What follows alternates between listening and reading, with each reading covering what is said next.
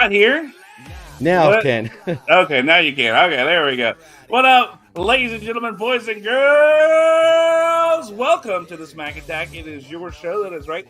The show of the people, by the people, for the people. We have swept the leg. We are ready to go. God, I love this song. It's such a good song. If you've never listened to Family Force 5, by the way, shout out to them. They're kind of a Christian band, but like really funky and a lot of cool stuff. They got this song. They got Chainsaw. They've got Hit the Crate Button, Country Gentleman. Go check out some. They got some really fun songs that have very little to do with Jesus. Which, like, I'm kind of cool with that kind of Christian band. Like they're Christian, but they're also having a lot of fun and they keep it clean and all that. So it's a good stuff. But anyway, ladies and gentlemen, as always, to my, I guess this would be my right, your left over here is my boy Jimmy T. Right there. Yeah, there you go. You got it? You got it? Albuquerque? All right. The man from down under, the thunder from down under, the Greek with the chic, Jimmy T. What's up, my friend? The Greek with the chic. I like it because I grew up with Arabs, so I guess I was a Greek amongst the sheiks. Well, I'm thinking chic like in, fashion and dressed and all that, but, however you want. Calling me an Arab, bro? Look, you're the one who went racist. I was just calling you chic and then looking chic, man, but no. Oh, no, don't make me stuck on mushallah and look, stuff Jimmy's like that. But that Saudi money. He wants that Saudi money, baby. I want that Saudi money. I want that. I don't know, man. I want all the money. Apparently, Hamas, their leaders are billionaires. I just found that out today. Oh, really? Well, not today, but yeah, billionaires, and they're not even there to fight. That's another story, but we're not here to talk about that. Don't even get me started on like fucking unions and like the SAG-AFTRA union and the fact that like Fran Drescher and all that make all this shit ton of money, but yet they're gonna tell lower people what to do. Or the same with like these like unions, like the auto workers union here in the United States. They're telling people to strike, but these auto worker unions make almost as much money as like executives in the major audio manufacturer companies. It's like, the fuck, man? Like, what the hell? It's one of those really interesting things, Jimmy. Like, I think I've told you before, we have the Family Foundation where we try to give and we want to give responsibly. And so we like look at an organization that we give to and say, okay, what's the breakdown? Like, if I give $1, where's that dollar going?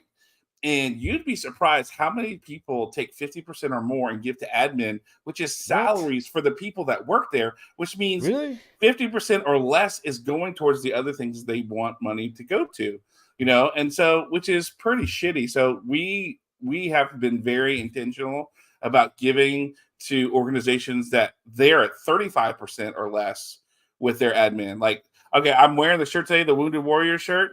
They're pretty shitty. They're pretty up there as far as their admin costs. Like, they're over 50%. Really? Susan G. Komen. And you're promoting them down. Oh, they're thugs, bro. Look, Susan G. Komen. Don't get me started about them. Yeah, they're awful on their percentages.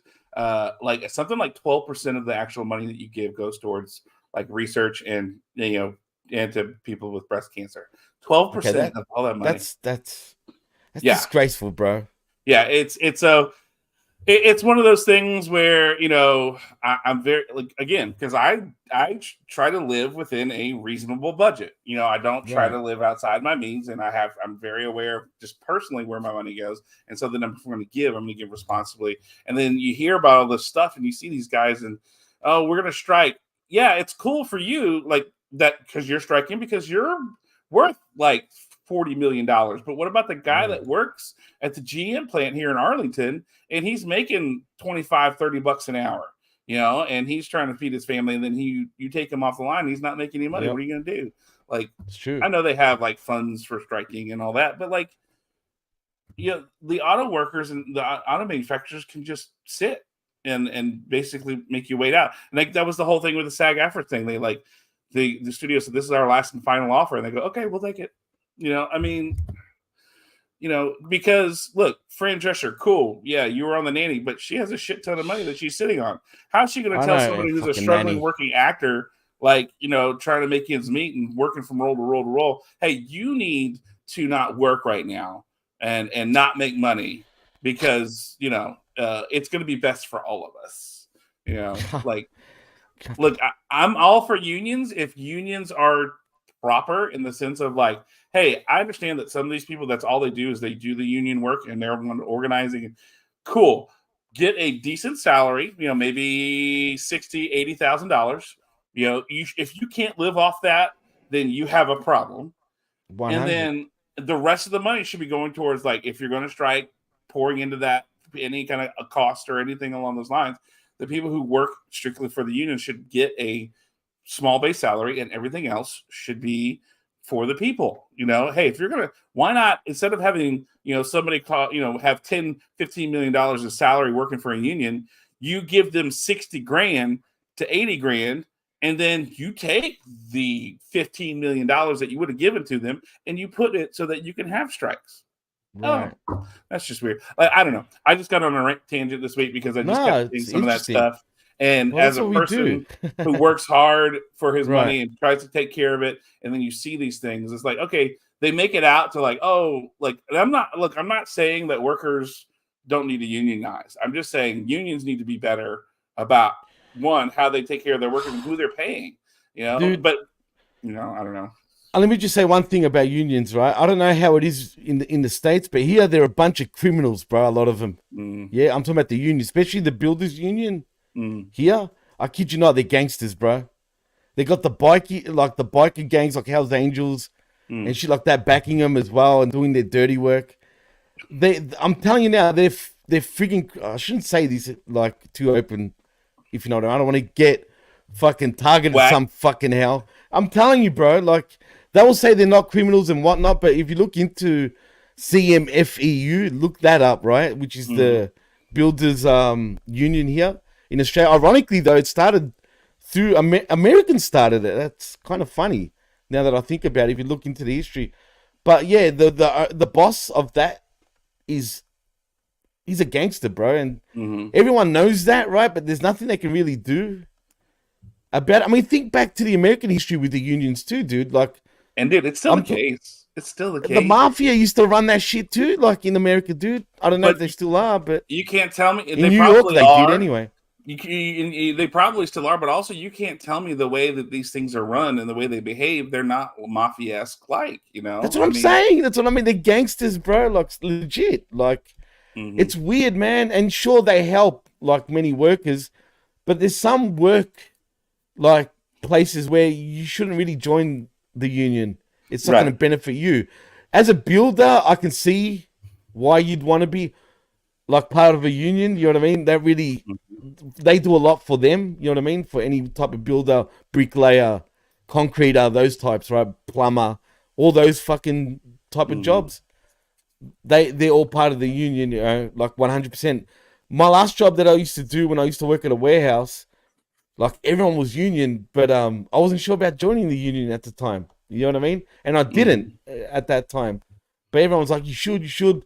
But if you're casual at the time, it looks bad if you join a union to your employer, like at that time. If you're full-time, that's one thing. If you're casual and you're joining a union, it's like you're trying to cause sort of... no job protection.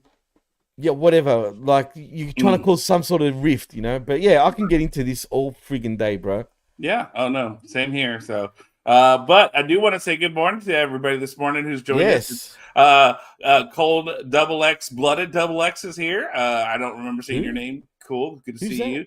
Who's that? Yeah, I don't know. Chris Winland is here. Darkside Caster is here. Retro Rocket has made it. And John Enright has made it. Wow, that's amazing. John Enright? Yeah. What? Well, not big gay, but big gay. Maybe. Man, I don't want that to be turned into something. I brought that up on the freaking skirmish yesterday, and now everyone's starting to say the big gay Hernandez. Yeah, well, we love you, right? Like and Aaron Benchomo has made it into the chat. And where is he? Hey, hello everybody. Remember that? I said your name in the American way because I cannot say it in the. Hey, he says I'll say it like an Israeli. Yeah, well, Iran. I could probably do it, like, but look, Iran. Look, I had one semester of Hebrew in seminary, and I was way behind. And Todd Brantley's in the house. Hey, yo. And I bombed that semester of Hebrew so bad. Like I'm still working on alphabets by the time we were in the final. And it was bad. And then I found out at seminary, I don't have to take MDiv where I have to take Hebrew. I can just take Christian education, which is more of what I wanted anyway. And there's no language. I don't have to take Greek or Hebrew. And I'm like, let's go. Greek, Hebrew, and Latin was the languages, and Aramaic, I've got to say, was the language of Jesus, the languages of Jesus and Christianity in general. You know what I mean? So you could choose Greek, you could choose Hebrew, you could choose Aramaic. Yeah. You could choose Latin, but Latin's like, dead. Todd says, you bombed it so bad you made Hamas jealous. Hey, Allahu Akbar! Jesus. To Todd right there, blow him up. Look, Todd. That's pretty. You're just lucky, Todd, today that I'm not in control because you'd be in a timeout already, Todd. No, not really. I wouldn't time you out. Well, according to Aaron Ben Shaloma, he says Hebrew is a nightmare for people who don't speak it naturally, I assume he means. Yeah. And, isn't Aramaic and Hebrew similar?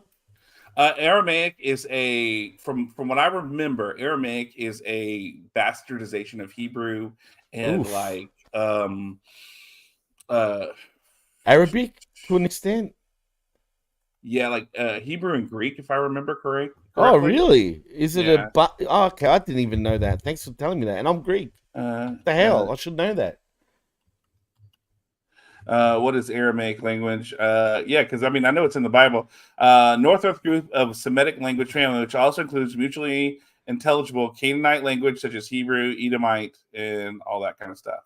So Aramaic and Arabic are not the same languages, though they're both Semitic languages. They have different origins. Aramaic is one of the oldest. We know it's older than Arabic, while Arabic is relatively new. So it is.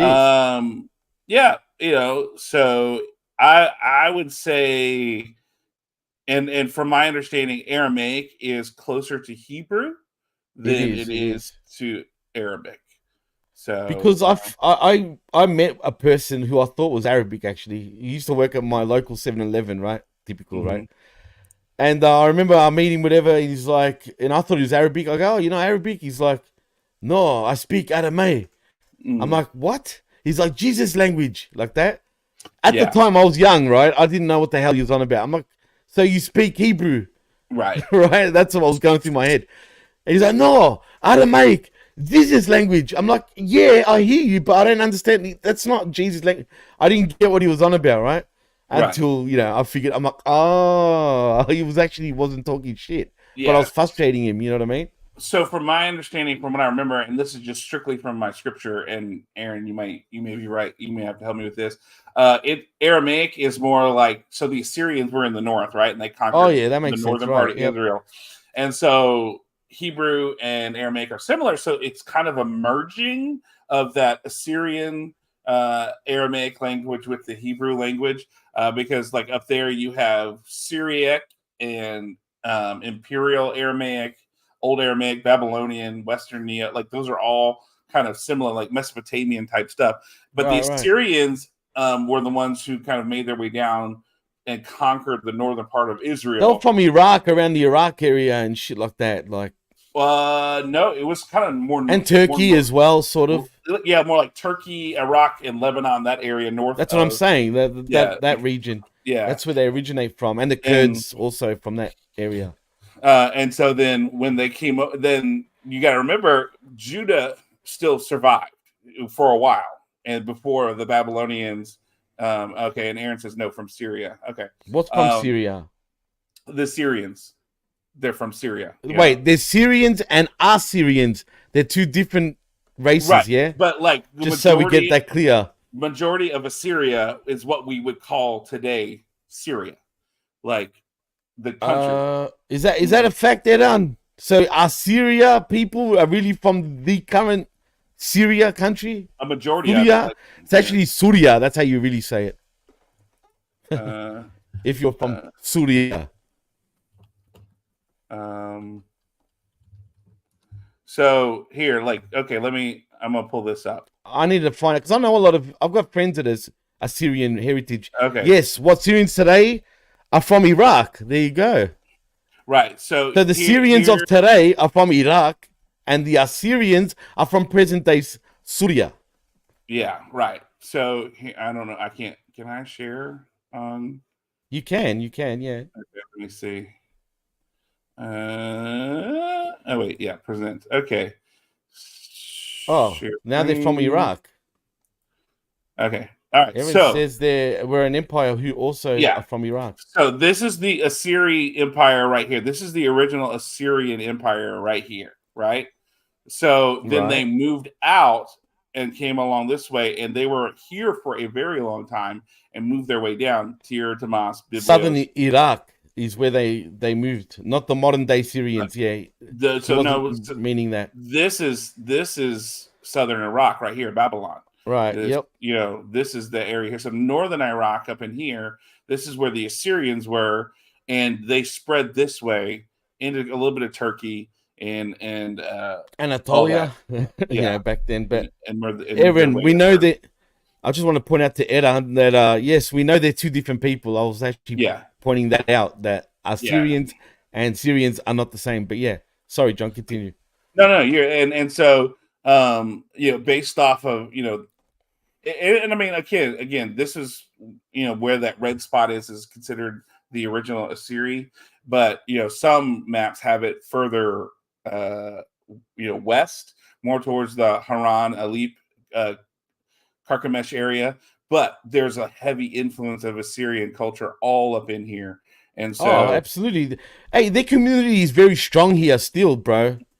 Like, I feel bad for them because they don't have their own, land anymore, per se. Just like the Kurds.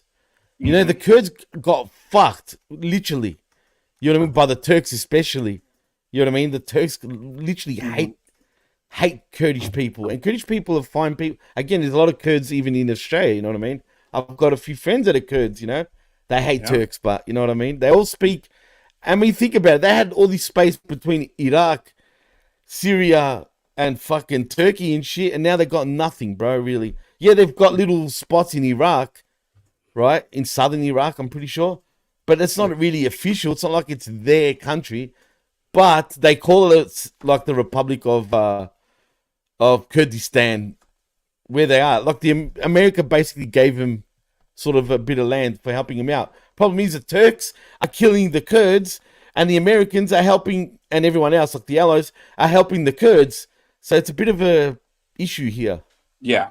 Exactly, Aaron. Exactly. 5 fucking nations. They're fucked by 5 nations. Straight up. It's true. It's a whole mess. And the problem is, really, let's be honest. The problem is white people went in and tried to solve the problem, and they didn't. That's always been a problem. Just like with Israel and Palestine, that situation.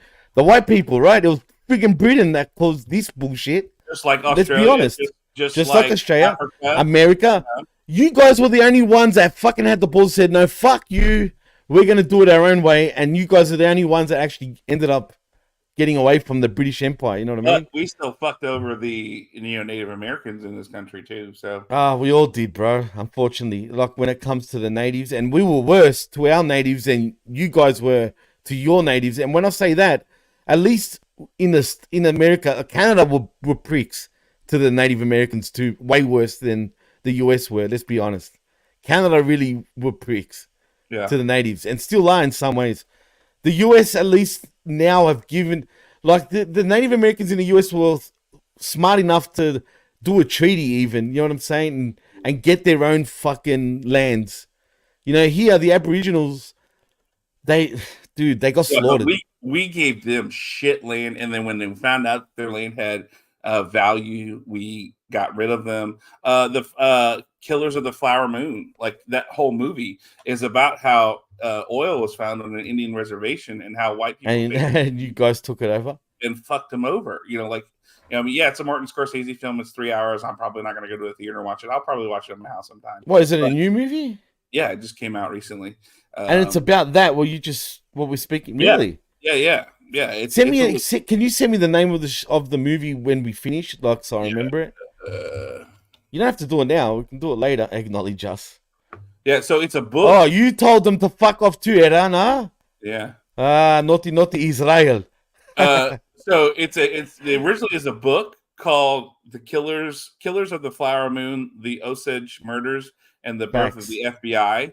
And then it's also a movie by the same name that Martin Okay. Scorsese did.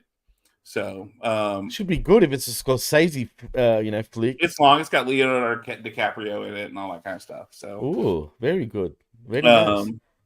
So anyway, but I did want to, before we get into the actual show, just want to talk a little bit of news. Somebody mentioned it earlier, and I Oh, thought I would Ronda bring it up. Rousey, Yeah. AEW. Can you Yeah. believe that shit? Ring of Honor, though? No, not AEW, sir. Yeah, Ring of Not Honor, that. sorry. ROH. Yeah, made an appearance. That's even worse, bro. Was that supposed to be? Was it last night or was it tonight that Tony Khan was supposed to have some? Last night it was taped. Okay, She was behind. She was in the back during Collision and Rampage, and I guess someone said, "Hey, why don't you go in the ring for a shit stir?" And she's like, "Okay." I brought my gear, and yeah, she teamed up with Marina Shafir, who's one of her best friends, obviously. Right, but like, didn't Tony send out a tweet earlier saying he's like they're gonna sign like? Yeah, but I don't. It can't be Ronda Rousey, man, because she already made the appearance. I think it's either Sasha Banks or Sasha Monet. Mercedes Monet, or it's got to. I think it's gonna be Ziggler. Yeah, it's Eva Marie. Stop it. Hey, she's hot, bro. I mean, come on. I didn't realize she was 42, bro. Yeah, she's not. I thought she was a lot younger than that, dude. Mm-mm.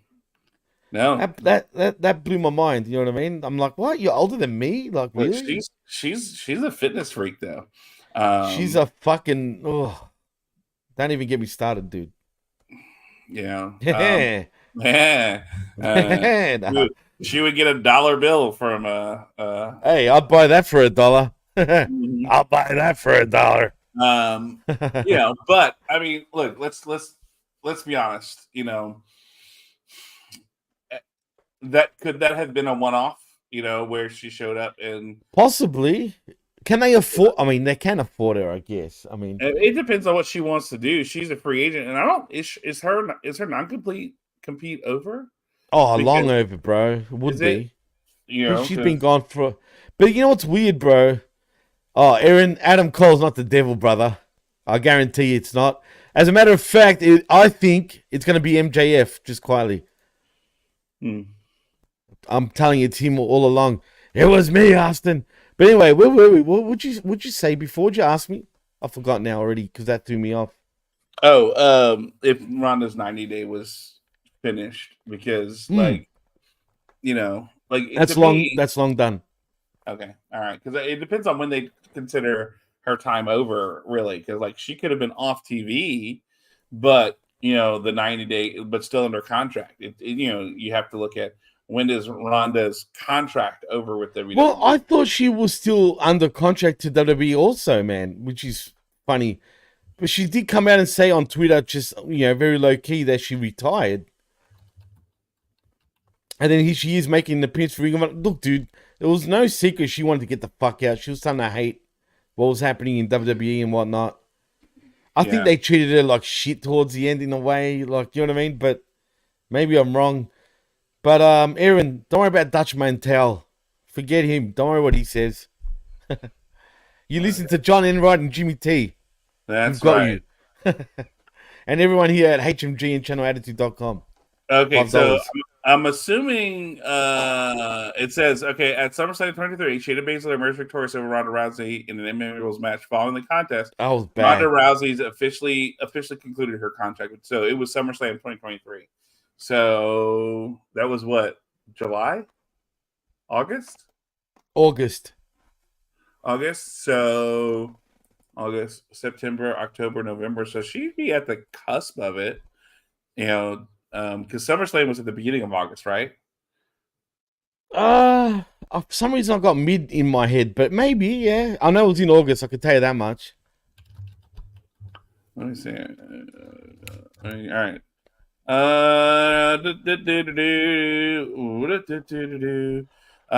Ford Field, August 5th. So yeah, so we would be clear the 90 days by about 13 days. There you go. So, But still, honestly, Jimmy, because people were making such a big deal about this, I think this was just a one-off.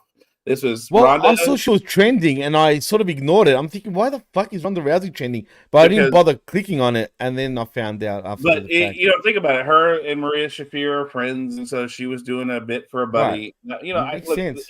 It wasn't those things, and yeah, they said she went from WWE to empty ROH. Sure, but I think the bigger thing is that she can do what she wants, and then what I didn't understand was last night's programming of AEW. I'll tell you why. Because we had Collision for 2 hours, then you had an Right. hour of Rampage, and then another hour of Rampage. And no. Hold on.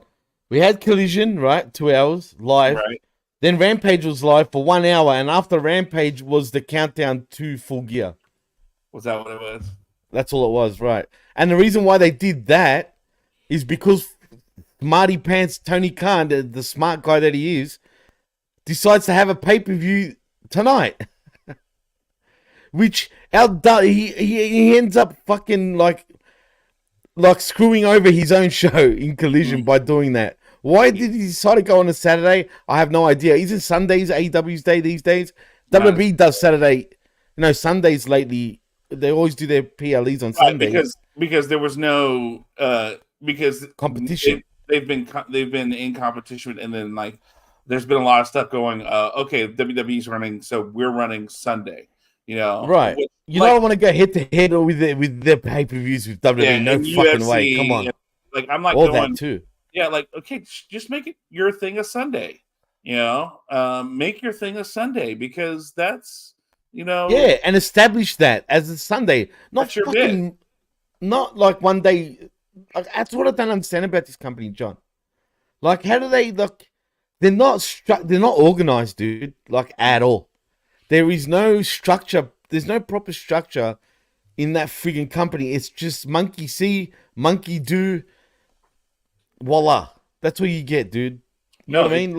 It's just monkey do. There's not even years. I'm just gonna do this. I'm just gonna do this. The cocaine's talking. Monkey do. And Retro Rocket says monkey snort more. Monkey, yeah. Retro Rocket says I missed Collision yesterday. I never do. Most people don't. I don't blame him, but he was here to join us on our show yesterday. We're talking about Dynamite, but yeah. But here's the thing. All right, here's the other story we need to talk about. This is majorly important. This has been exactly because of AEW. I think we've all said because of AEW. They're becoming the new TNA. But oh man, they're becoming TNA. Definitely, I agree with that 100%. But here's the major story we're going to talk about. It's Celebrity Week on shows like Jeopardy and Wheel of Fortune. Let's talk about the fact that Becky Lynch became the first contestant to get 0 answers correct on Jeopardy. They've had Jeopardy on for how long? For 30 plus years, and Becky Lynch got 0 answers correct or questions John, correct. Can I ask you, here in Australia, growing up, especially when I was young, in elementary school, right, for example, if you've done something stupid, I don't know why kids would say this, but they'll be like, hey, that's so Irish. It's so Irish, implying that, it's dumb because it's so Irish, Irish are dumb. Did you ever have that in the States, that joke? Say that again? Did you ever, growing up as a kid, I used to hear it back when I was 5, 6, 7, 8, Right. Kids would say, if you've done something stupid, for example, they would say, oh, that's Irish. Here. In Canada, apparently they knew the joke as well. So I'm wondering, in the States, did you guys ever have that? By the way, Jeopardy's been on TV for 59 years. Started March 30th of 1964. But I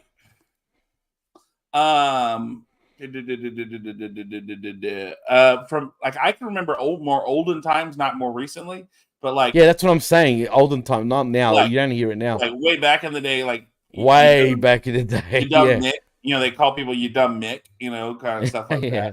that. That's what they say. More than anything else. So no Irish reference. Like I'm saying specifically, like yeah. Yeah. Like I don't know why, but apparently Irish are looked at as dumb here for whatever reason. They're not really stupid, but then again, as we saw on Jeopardy. Please continue. Right. Tell everybody what went down, please. Look, she scored a 0. Like she was in the negatives because she got zero questions correct. And look, and I agree with Darkside. Liz made this comment yesterday, and I saw this. They had to have Becky Lynch on Jeopardy over someone like Nikki Cross, who has a master's degree and probably would have been. Yeah, but who knows Nikki Cross compared to Becky Lynch? Like, it's Celebrity Jeopardy, though. Like, look. Saturday Night Live makes fun of Celebrity Jeopardy because of the stupidity that happens on Celebrity Jeopardy. But, like, the fact that it felt like, I don't know if you've seen any of the clips or seen anything from it, Jimmy. I haven't, but I've heard about it. Like, it felt like she was a part of a Saturday Night Live bit. Like, really? Because it was so bad. It was so bad. I was like, what the heck? Like you're good. Oh, you're playing nice. You're playing music. Since we're talking about it. Yeah. The clicker is tricky. Yeah.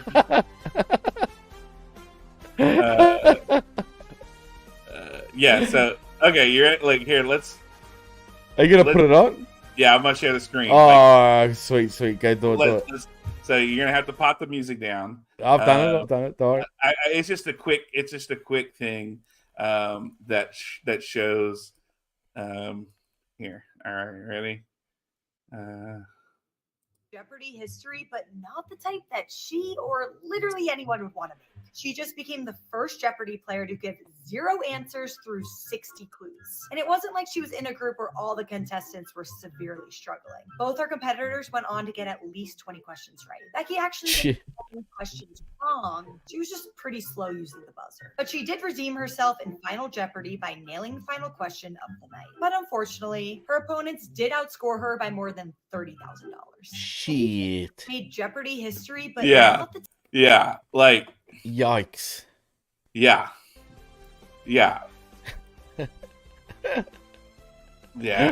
Becky, do yourself a favor, woman. Oh, I shouldn't say that because I might get heat for that.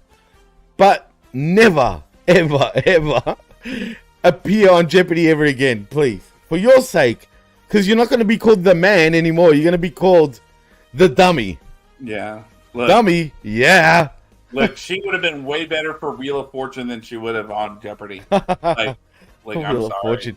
Does she know how to buy vowels and shit? Well, yeah, she doesn't probably know how to read because Retro Rocket says, but has Becky Lynch even finished high school or dropped out to work as a wrestler? So, you know what? That's a good question because she was very young. She got kicked out of her house when she was 16 or some shit. She was on the streets, and then Finn Balor actually took her in and trained her. But she was a flight attendant for a while, and I know that. So, yeah. Was she? Mm-hmm. So she was making a killing anyway. What the fuck? Yeah. Lying. She's lying. Well, then again, look at Seth Rollins. All right, let's be real here, right? I'm not saying he's a dummy, but he's a dummy. He is what we would call a himbo. All right. Well, he is what we call a dumb cunt. Ooh, there's a 1982 Ford Bronco 4-wheel drive. Ooh, for that's sale. when I was born in 1982. Yeah. But it's the old school Ford Broncos, man. 82, you said, right? Yeah, an 82. Wow. It's brown. As old as me. It's brown two-tone. I'm like, okay. It's got to be that poo brown butt, right? Like we're talking about 80s here. No, it's like tan. It's not a. Okay. So like a, I don't want to say peachy, but not really peach. That's the wrong thing I said. But yeah, brown, like a tinge of caca. No, I wouldn't say. Well, I mean, here, fine, shit. I'm just gonna share my. Just show me, man. God damn it. That's what we're doing. God damn it, man. This is what it looks like. I mean, it needs work. It's gonna. I remember that, man. But Man, like I this wouldn't say it's a poo brown, but it's definitely like a tan and then a two-tone tan. Kind of yeah. look. So, You know I what? like it. I'd be down for it. This car was famous in TV shows and shit Yeah. back in the day. The Fall Guy. Do you remember the Fall Guy? Absolutely. Yeah, and they're making a I'm just movie about it joking. now, apparently, with Ryan Gosling. Really? Yeah, he's going to Okay, be interesting. the Fall Guy. Yeah. And Aaron, someone talked about how they had the Weakest Link show and how the WWE people were on it. I think it was earlier. And it said at 10:44, he says, "Have you seen the WWE was on British Weakest Link? And Robinson torched all the panel except for William Regal for their stupidity." So yeah, Where was that? it's further up. It Did was. you say Aaron?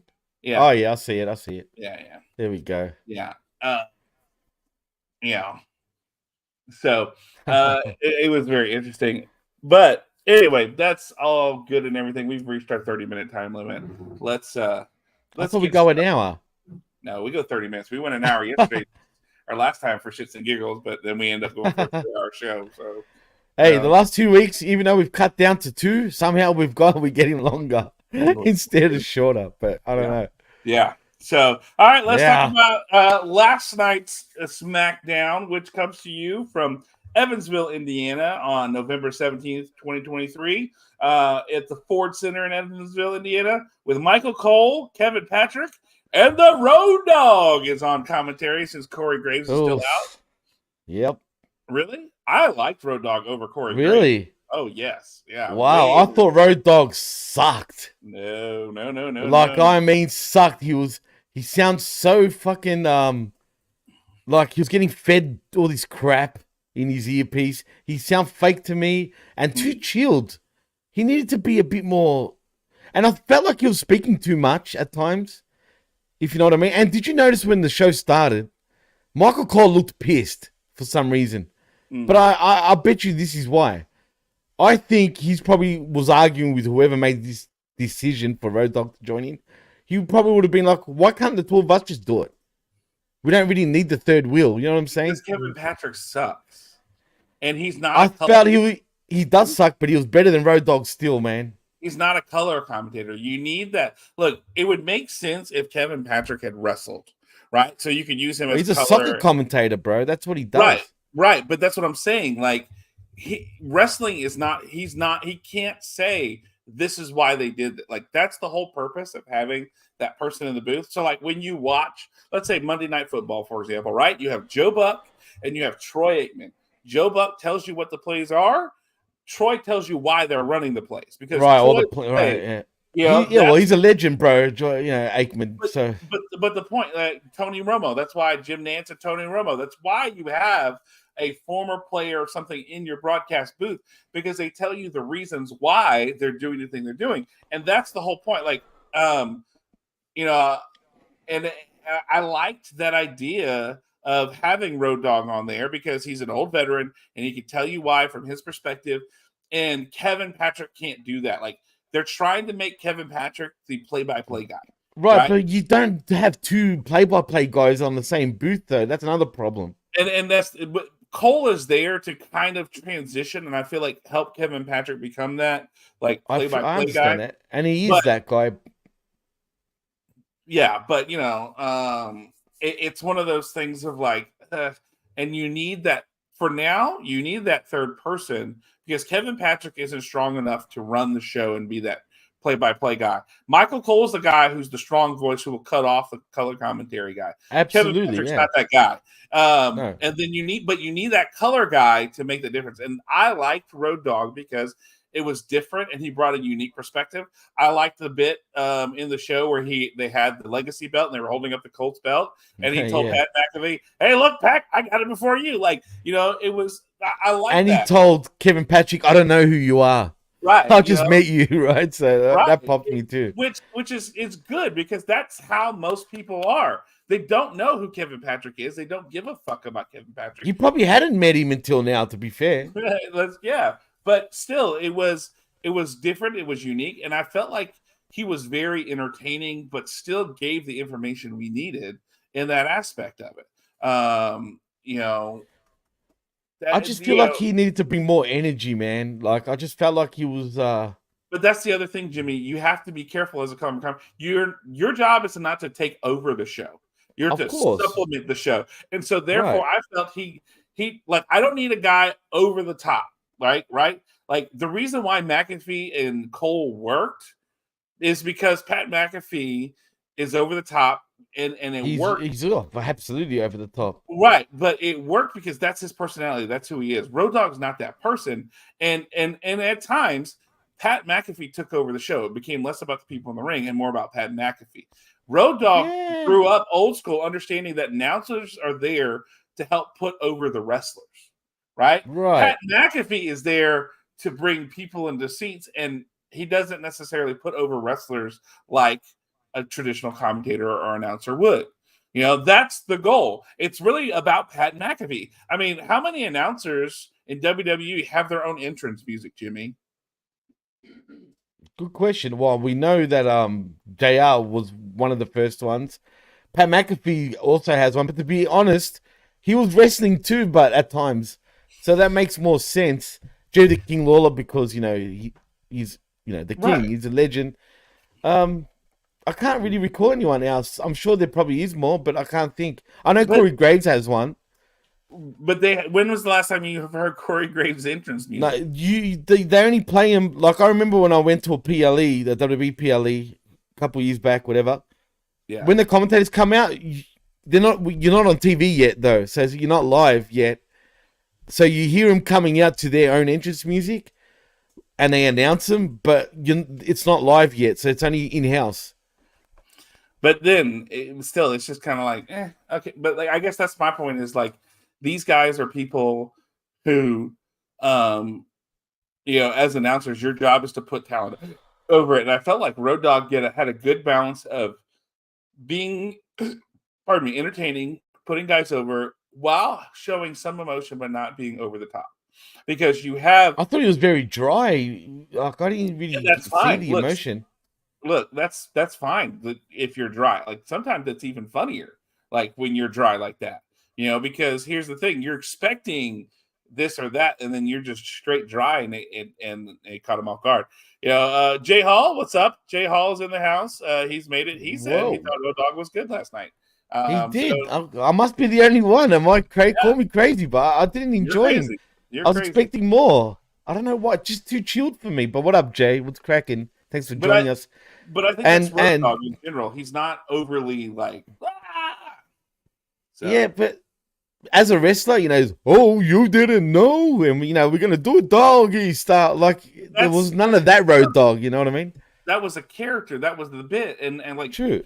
He understands. Like Road Dogg is old school, right? I mean, absolutely. He's an Armstrong for crying out loud. You know what I mean? He comes from one of the best wrestling families. Period. Yeah, he understands the difference between when you're in the ring and when you're out of the ring, and so you know, in the ring, that's your character, that's your personality, cranked to 11. And yes, I agree. The coach did have one of the best themes as for now. Oh, absolutely. The Yin Yang Twins did his theme too. So, and then, but Road Dogg also understands that when you're an announcer, your job is to do that. So, thank you, Chris. I've got someone on my side. No, he just said he kept forgetting. He doesn't mean he wasn't good. He just saying you're saying. Oh, well, obviously he wasn't making a. That's what I mean. He was too low. Like the energy, you could easily forget he was there. I was kind of shocked when I saw him. I had to look twice. I'm like, what the fuck is that Road Dogg? What the fuck is he doing there? Yeah, I was like buzzing out from him. I'm like, what the hell is he there for? Yeah, I guess he's commentating. You know what I mean? Yeah, you know. All right, so let's start with the opening of the show. Kicks off with Damage Control walking down the ring. So we have Bailey, we have Dakota Kai, we have Asuka, Io, and we had the Orient Express 2023. Yeah, Kabuki Warriors 2023. And so, you know, they're doing all their bits. Bailey talks about how it was her plan to bring in Asuka the whole time, and da-da-da-da. And then we have Io, Kari, and Asuka talking Japanese, and they start laughing, and Bailey goes, huh, what? Yeah, what? Yeah, what is it saying? And Dakota, quote unquote, translates. I don't like. Is it known that Dakota can legit translate Japanese? No, she can't. Yeah. Okay. She can't. I mean, Like she knew the notes of what they were going to say, and like who's to say that's even what she said? Because we know that Kari Sane can speak English and can understand English. Asuka can understand dudes. And then who else?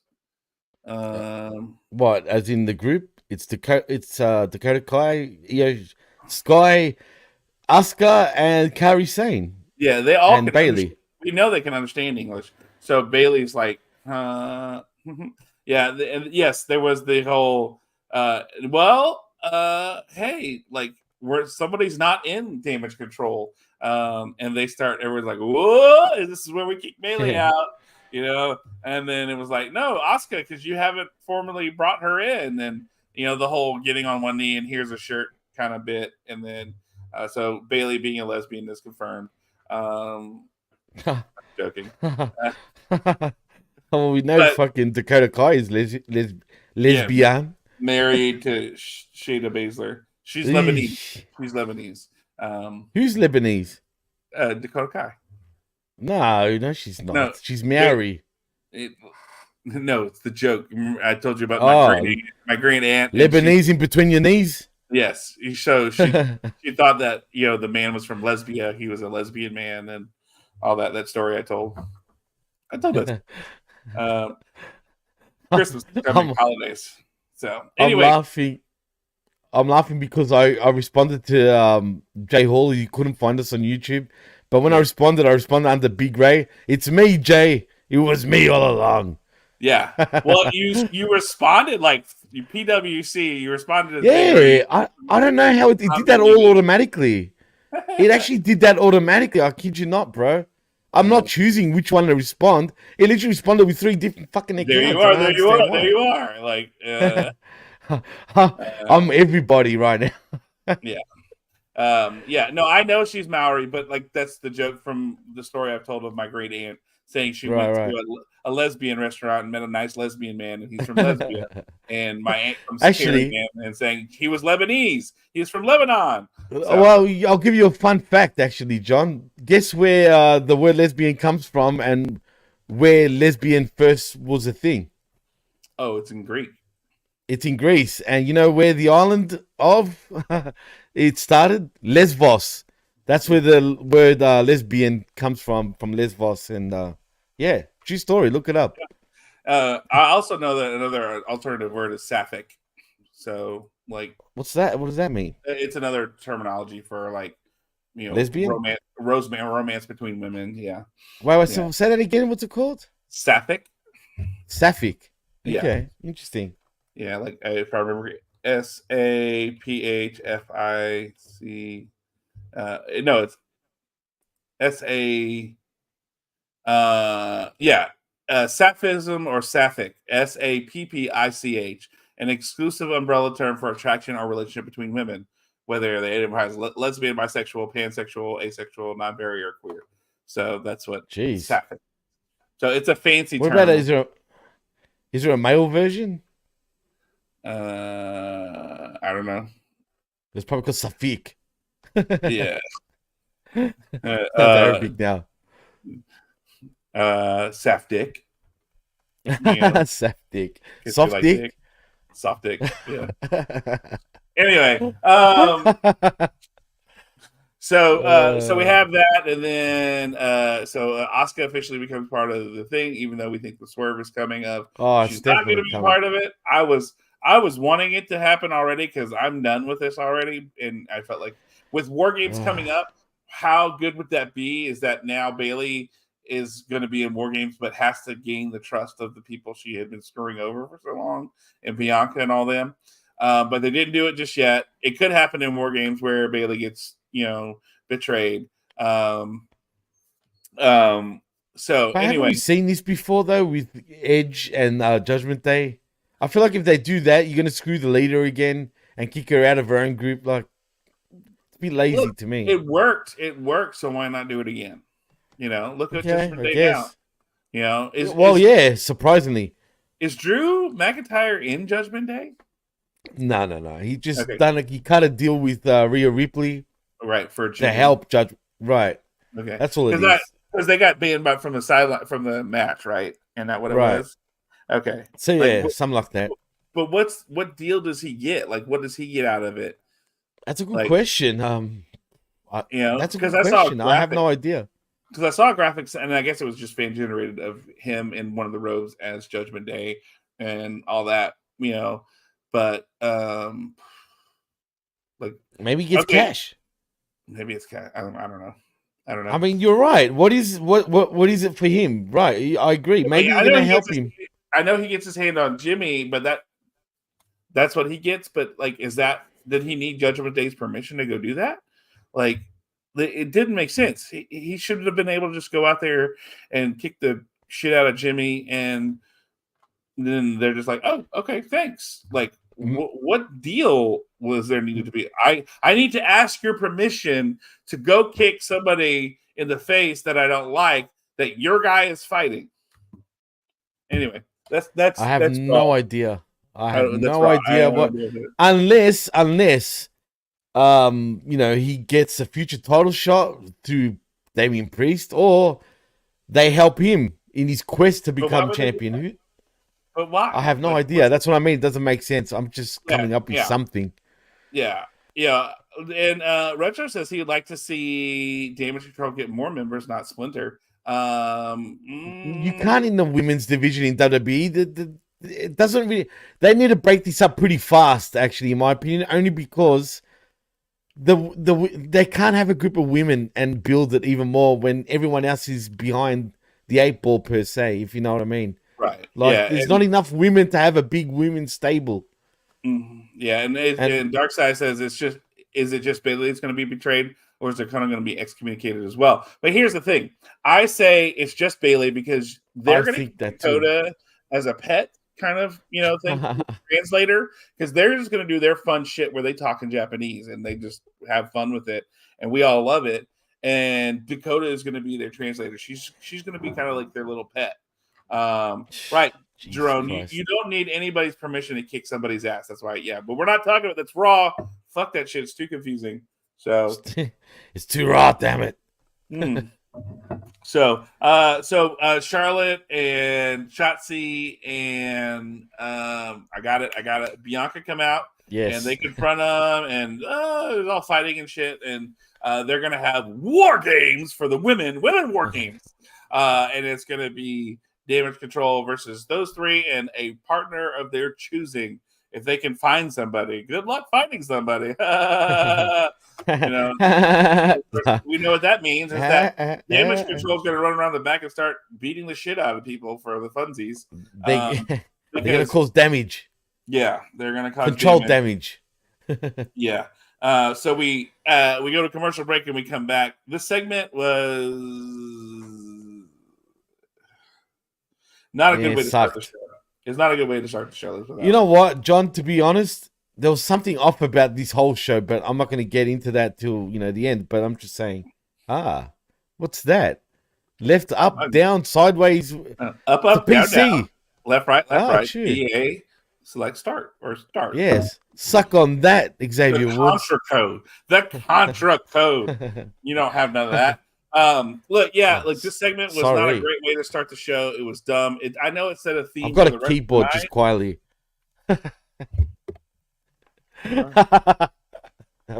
Yeah. Well, do you have two? I've got two. No. God damn it. Yeah. Well, there you go. And so I know it sets the theme for the rest of the night for the story that we're going to continue for the rest of the night. Which, look, I like it when they do that. I like it when they start with this thing and there's a thread throughout the night for the main story. I like that, but this ain't it, pal. This is not what the story needed. Somebody mentioned earlier there was only one title holder on the show, and that was EO. This did not do anything. Yeah, Chris, maybe I think I wrote that down earlier. And this did nothing for EO as a title holder. And he said, "What's there to wrestle?" Well, they gave you something to wrestle for with the 3-way tag team #1 contenders, whatever. So I guess you could say that's something to wrestle for, but everything else had, like you said, no meaning. So, which leads us into our next match, which is the number one contenders match. Which again, this is where I feel like why Michael Cole is there, because Kevin Patrick struggles a lot of times. Like, he brought up this match, but he goes, "Oh, which is coming up next." Like, he thought this was going to be further into the night, and it was the next match, because he goes, "Oh, which is our next match?" And it's like, you have the run sheet. Like, why are you surprised that this is our next match? Be professional and go, and our next match, you bring up all this stuff. We have a number one contenders match. So Pretty Deadly, the Street Profits, and the Brawling Brutes coming up next. And he goes, "Oh, coming up next." Like this is why he's out there. But the sad part is, Jimmy, he's been doing this for a while. He shouldn't sound like that. He shouldn't sound like he's confused. He was on Raw for a while with Corey Graves, and now he's on SmackDown with Corey Graves and Michael Cole, and he still sounds like he's confused and he doesn't know what's going on. And honestly, I don't think he'll last. Like, I'll give him one more year max, if that. I think WWE will eventually part ways with him just because, right? You think they're going to give him a whole nother year? They seem to like him for some weird reason. Why would they put him? Let's be honest. SmackDown's the A show now, right? I mean, fair call. Can we say that? Yeah. Yeah. Well, why would they put him on the A show? Yeah. I mean, so they must like something. I mean, either that or he sucks good dick. I have no idea. But remember, he was put on the A show before they made the deal. Did they? Mm-hmm. Yeah, the deal. Oh, yeah. Are you talking about the TV deal now? Right. Remember they swapped. Right, yeah, I knew that. Right. They swapped that. That was at Summer or after SummerSlam where they did the swap, and they hadn't done the deal yet where, Fox, is dropping them, which we all know why Fox dropped them, because they didn't get their return of rate of what they invested. And so what the hell What's was wrong? that? I don't know what you're talking about. No, it's something in my house. What does it sound like? Sound like a person talking. But my child is here, and he might have had his. Is your house haunted, bro? Oh, he just probably had his speaker turned. Go check. Now I'm curious. Damn it! I don't care. My house can't be haunted. It's like 4 years old. Maybe. Hey, let's hope no one broke into your house while we're live, bro. Bro, my gun case is right there. Yeah. Everyone, close your eyes if someone barges into his room. I'm gonna go there. There's gonna be a murder in the house. Home defense bag is right there with the block. Oh shit! I would laugh. I don't know why. I'd be like, "Yo, he just fucking shot the man." You know what? You won't get charged. That's self-defense, especially in Texas. You can still get charged. Like, I'll get arrested. Yeah, you can't do shit, bro. No, and I'll explain. Like after you explain. Yeah, no, and they had a guy in California who defended his home, and they canceled his carry license because of it. That's bullshit. Since when does the U.S. do that? I've always known the U.S. to do the opposite. Because every state has their own laws. I know that, right? Hence the name United States of America, right? But remember, it's California. Whereas Texas, guess what? In Texas, I'll still get arrested, but they'll investigate and realize, okay, like, you're they have to, and all that kind of stuff. Yeah. So see here, you can't do that. Period. So if someone robs you, right, just say. And there's been instances where people are robbing people, right, in their house. Mm-hmm. And then the owner of the house ends up killing him, right? But even just bashing him, dude. And they still get arrested and get charged with either manslaughter or whatever. And that's bullshit. You know what I mean? Like, you get arrested and charged even, but you can be released because evidence shows that you protected your home. Not here, dude. You're getting arrested, period. It doesn't matter. And Jerome is correct in saying California is terrible because, for example, let's go into this real quick. Let's talk about this. San Francisco. California knows how to party. No, it fucking doesn't. Not anymore. I guess it does because, look, the Chinese president came to San Francisco this week. And San Francisco has been a literal shithole. I think I've talked about how literally wasn't there a bitch shitting everywhere in San Francisco at one stage? Not everybody. And what? Businesses on the streets? Yeah, on the streets. Like there's apps. Wipe your ass, San Look, Francisco. God Jimmy, damn it. Jimmy, let me Use a talk. toilet. Let me talk. Go Let for me it. Go talk. for it. Go for it. There are apps to show where people have shit on the streets of San Francisco. No, And bro. businesses have just moved out of that Come whole on, dude. area because people are just stealing shit. And California's not doing anything. So they're I was going to ask you this. I'm glad you brought that up because me and D have had this discussion. Hang on. Okay, go for it. Yep. So because and so it's been real shitty down there in San Francisco. They could have done something about it, but they haven't. Gavin Newsom, the governor of the state, said, hey, we're going to clean up San Francisco. So they spent millions of dollars cleaning up San Francisco, lining the streets with communist China flags because this president is coming to visit. Oh, come on, bro. Well, but you know what? There's a lot of Asians in San Francisco. It's known to have a lot of Asians in San Francisco. It used to be. People who are ripping the They're flags white people, aren't they? were Asian people. What? They Really? They don't want fucking China there. So Xi Jinping, no. Right, because I mean, think about it. They left China for a reason. You know, I know, but are these new immigrants though? Because Xi Jinping hasn't been around forever. Like, you know what I mean? It doesn't matter. It doesn't It was matter. Mao and shit like that beforehand. You know But what I it mean? doesn't matter, Jimmy. China's still shit. You know? I know. I mean, absolutely. No matter what, you think about it. For the longest time, they had the one child law. You know, if you had one male, cool, and then we're killing everything else. You know? To be fair, dude, look at the population, man. But it doesn't matter, Jimmy. Like the human rights atrocities, the lack of freedom, like the fact that you can't fly into The Uyghurs, man.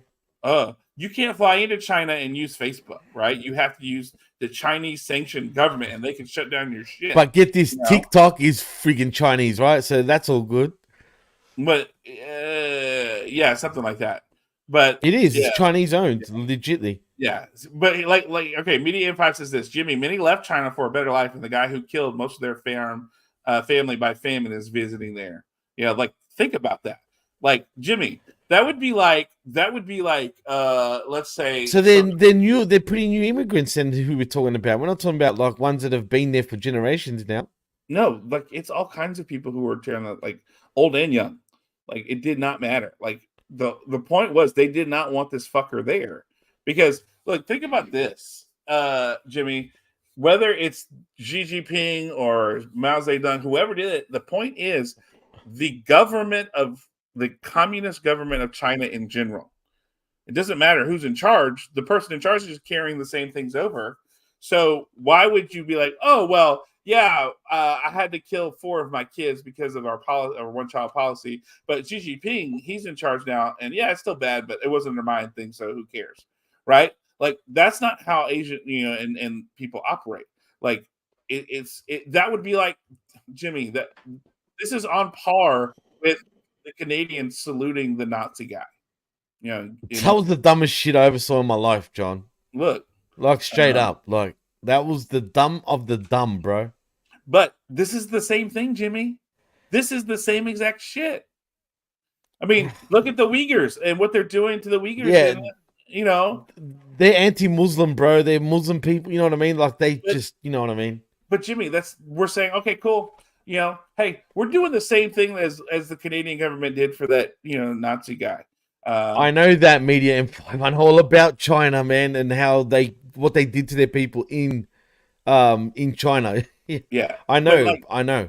But this Dude, is generational. Australia's full of Chinese people, just quietly, just so you all know. No, but I guess what I'm saying is this isn't just the person.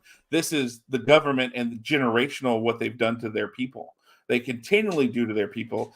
So that I think that's kind of more of what it is kowtowing to somebody who, and then and he goes, yeah, when someone comes to visit, you clean up your house.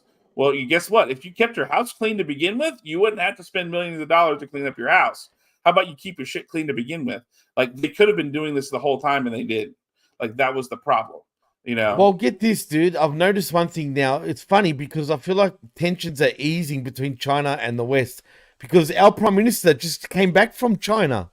So he was what? Something happened today. What do you mean? The army poo-pooed our people and whatchamacallit. Albanese went and saw him, and they had. Yeah. To, Did he still go to China and meet him? Yeah. So he still did it. So regardless, doesn't matter. But there's a big controversy happening about Asian sunsets. Of course, big controversy. But anyway, our leader went to China to meet up with Xi Jinping. Mind you, Australia and China are on bad terms right now, dude. Like, they were. And then now you're telling me he's coming to the States next. And this is after our leader. Oh, so already been to States? Yeah. So now suddenly everyone's like, you know what I mean? Trying to fucking eat shit up, it seems. Seems like Xi Jinping is starting to get back in the good graces with our governments, I'm saying. Not with the people. Because he fucked up earlier, and like that's why we sent an aircraft carrier over there, because they do their saber rattling every now and then and fuck up. You know why they're kissing China's ass? Because we all in debt to them. We owe them money. That's why. That's true. Yeah, but it's a whole thing. Anyway. That's a whole other thing. So we have this number one contenders match next, where we have Pretty Deadly. China. I don't remember. Something about something. Damage control. yeah. So, that's right. We have to come back from the commercial break. We have Shotzi, Bianca, and Charlotte, and they're like, "Hey, you can make a call," and she's like, "Okay, well, I'll go recruiting, but you need to make that call." And like, okay. So they, as if she knows somebody, we need to make a call. And so when we have the number one contenders match with the Street Profits, Pretty Deadly, and Brawling Brutes, this was an interesting match. It was a one break match, if I remember correctly. Yeah, because you had the break before the match, and then you had this match. And because we were talking about Kevin Patrick being surprised and how long he's going to. And then that led to China. Somehow, look, Jimmy, you and I do a fucking great job of chasing fucking rabbits because you bring up shit all the time. I don't know, yeah, but I'm still confused. Like, how did Kevin Patrick remind us of talking China? That's strange. But anyway, I don't know. The only China I want to talk about in WWE is Xiling. Hey, now that's China I like. Mm-hmm. I speak Cantonese.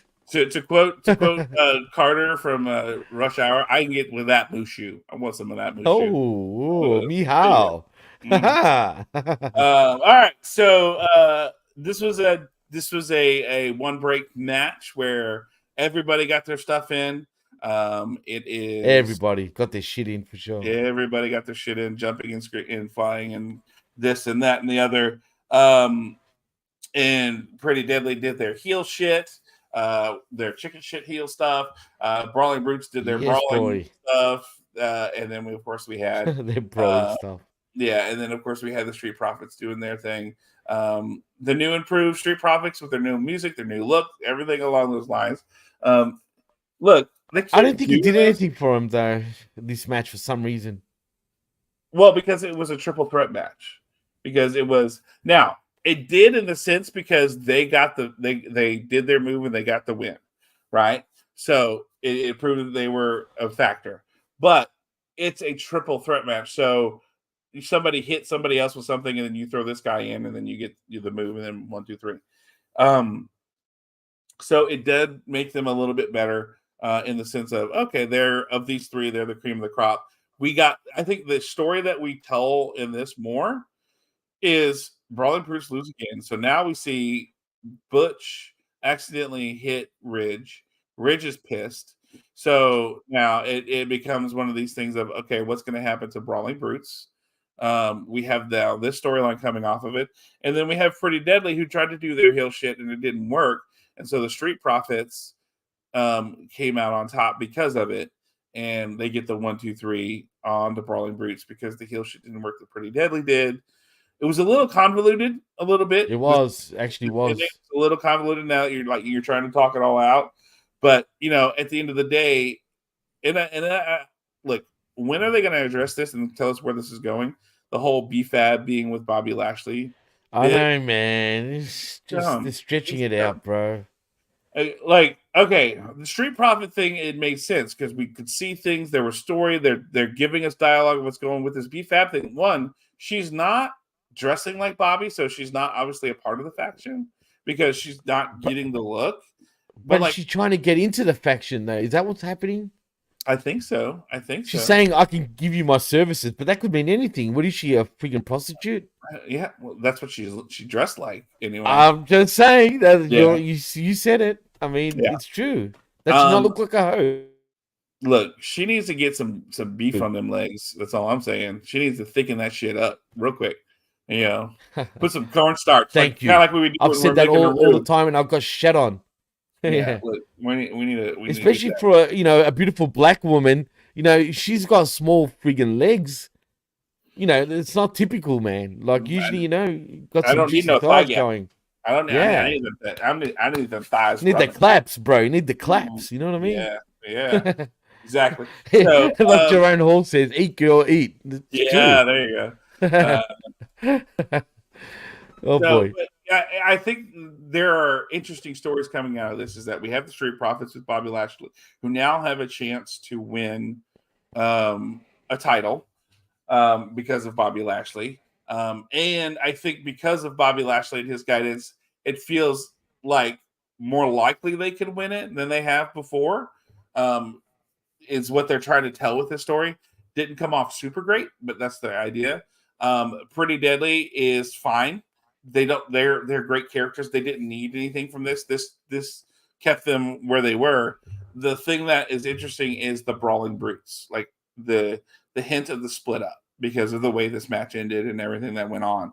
I don't know. Like again, the tag division is super weird for SmackDown, right? I mean, super There was weird. something missing, bro. Even in this match, dude. It was just, Yeah, I don't know. it lacked the je ne sais quoi that The je ne sais quoi. je ne sais quoi and that especially with the Street Profits that I've come to expect, right? Like even when they've gotten harder, there's still some magic there that they have, and this just didn't have it. And They've lost a bit of their magic recently, dude. I feel like there's something missing with them. And is it just me? After the match, did it look like Montez Ford was a little pissed off, even though they won? well, I think it's because there were, it's like they're trying to be hard. And I agree. This match had no excitement. Medium 5 said, I agree with that. It had no excitement. And this is a number one contenders match. The whole right? show felt that way, but to be fair, with the excitement level. But like, what was there to wrestle for? Nothing happened on it. There was nothing of any kind of thing. So Bobby comes out and then they celebrate. And like you said, I think Montez is just trying to be hard and he just comes across angry. Oh, you think so? Right? Okay. Yeah, I think that's what it is. So then we see Bianca talking to Mishin and they go to commercial break. And when we come back from commercial break, magically between that commercial time, Damage Control is beating up Mishin and WWE breaks it up. So that means she can't be in War Games now because she took that mild beating. Like, this was the weakest shit ever I've seen. And, oh no! Mishin's out for War Games now. There's no way she can be available for War Games from, this shit thing. So then we had the clips of Escobar attacking Rey Mysterio. Oh boy. And then, and of course, Ray in the hospital with his knee and all that. Oh my god! And then so he's not really injured, but Jesus, they went to the extreme of trying to, kayfabe it, and Dragon it looked League legit. Wants a match. Oh, that's it. This was the excitement. This is my excitement level. Look, and I want to be honest with you. I hadn't seen this Axiom kid before. Remember A-Kid? A-Kid no. in NXT? Oh, you never heard of him? Mm-hmm. Okay, that's who Axiom is. He used to not wear a mask, and now they've masked him up. And the way that Michael Cole's explanation for it was interesting, or Kevin Patrick, or one of the two. They're like, he came up with people who haven't become wrestlers, so he wears a mask so because it could be anybody, and that was his whatever. I kind of like the idea of explaining his gimmick and like why he wears the mask. I thought that was cool. Hala Madrid. He's from Madrid, so okay. From Spain, European. He's European Spanish, Espanol. Okay. They didn't mention any of that. They just mentioned that he got into wrestling and that he. They did. The little vignette at the start was mentioning how he's from Madrid and shit. Even he was saying it. I wasn't paying. I don't blame you for not paying attention to it, but I'm just. Just telling Because, you. like, at first I'm thinking, why is this jobber getting an entrance? And then I realized y'all had said something about him being on NXT, and I was like, oh, okay, this is an NXT kid coming up. But look, I was impressed. This was like, again, I like Dragon Lee. Dragon Lee is, Dude, you I'm know, I'm gonna say it now. Him since he's joined WWE, he has become so much better, bro. I feel like WWE is very impressed by him. mm, Like he was always great. I've always liked Dragon Lee, mhm. all the way from New Japan, CMLL. I think even at the time, there was always something special about him, anyway, right? But WWE have polished him up so good. You know what? One thing that impresses me, you can easily, to the untrained eye, they can say, "Oh, it was just a bunch of flippy shit." This match, right? The thing is, it wasn't a match that was spot after spot after spot. Like when I say spot after spot, it wasn't obvious spot after spot after spot. That I felt like they were like going in the motions. They had good chemistry. They didn't have to stop and think and call something. You know what I mean? They didn't have to go, "Hey, amigo, go up the top rope and fucking blah blah blah and do this and do that." There was none of that. You know what I mean? Even though they did that shit, but it was flowy. If that makes any sense. They Yeah. didn't overdo it. You didn't see two of the same move over and over like you see in AEW, how they spam the same shit over and over and over and over. Not in this match. And, Rey Mysterio calling Dragon Lee the future of Lucha Libre. I agree. I truly believe he's going to be in the future. And I'm talking about like between 5 and 6 years' time. In 5 or 6 years' time, he'll be the new Rey Mysterio. And I'm cool with that. Isn't Kids will that be the buying problem? Dragon Lee masks, bro. 100%. Yeah. Yeah. Yeah. Like, I mean, I think that's been the biggest thing with WWE. They want that next Rey Mysterio, and I think they finally have it with Dragon Yeah, Lee. I, I, Maybe I, I think the that too. let me finish. And maybe that's why Ray's been trying to stick around for so long, because he's waiting for that next Rey Mysterio to come along so that he can pass the torch to them and go from there.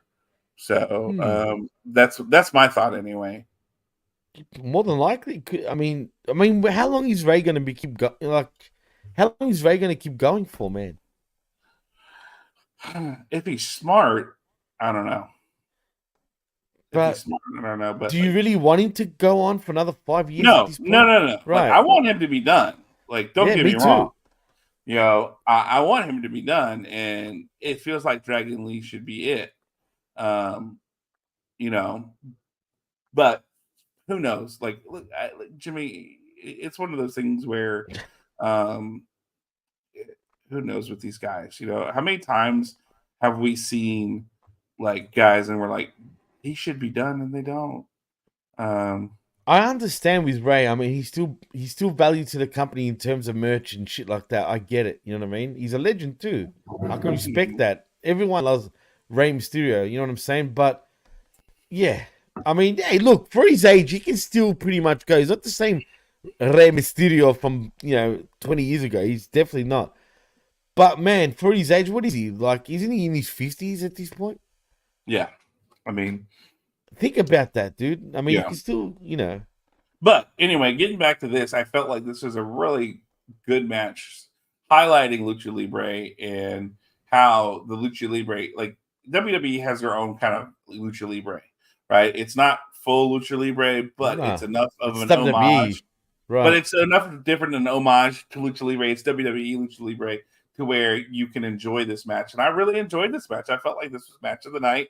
It was It incredibly. was. It really I was. didn't take my eyes off of it. I didn't flip channels. I didn't do whatever. I was locked in on this match for most of the night. So, I felt like this was very well done.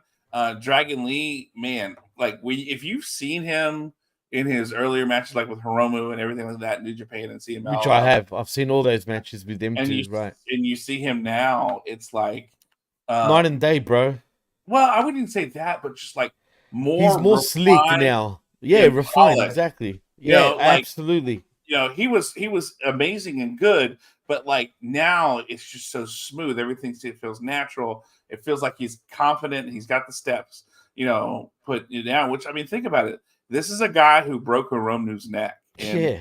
part of that was Hiromu as well, his own fault. Uh, But like, yeah, no, Hiromu is fucking nuts. let's be He honest, is nuts. Jimmy. That's true. And No, you're right. He will do some stupid shit. Dragon Lee will go, go along with it. But like this feels like, and I think someone said it earlier, where it's who is it? Immediate 5. Dragon Lee has been. It's as if they told Dragon Lee to relax and tone it down. They have to, yes, toned it down a little bit. Yeah, man. but that's WWE. But he's still Dragon Lee. Like that's the whole point. He's like Rey Mysterio light, which is not a bad thing.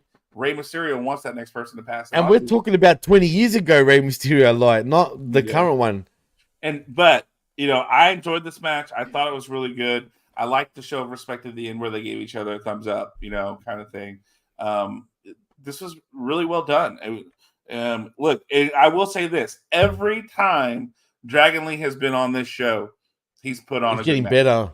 Yeah, no, and he's getting better too, bro. Like, it's weird. It's true, man. And he's put on a good match every time he's been on this show.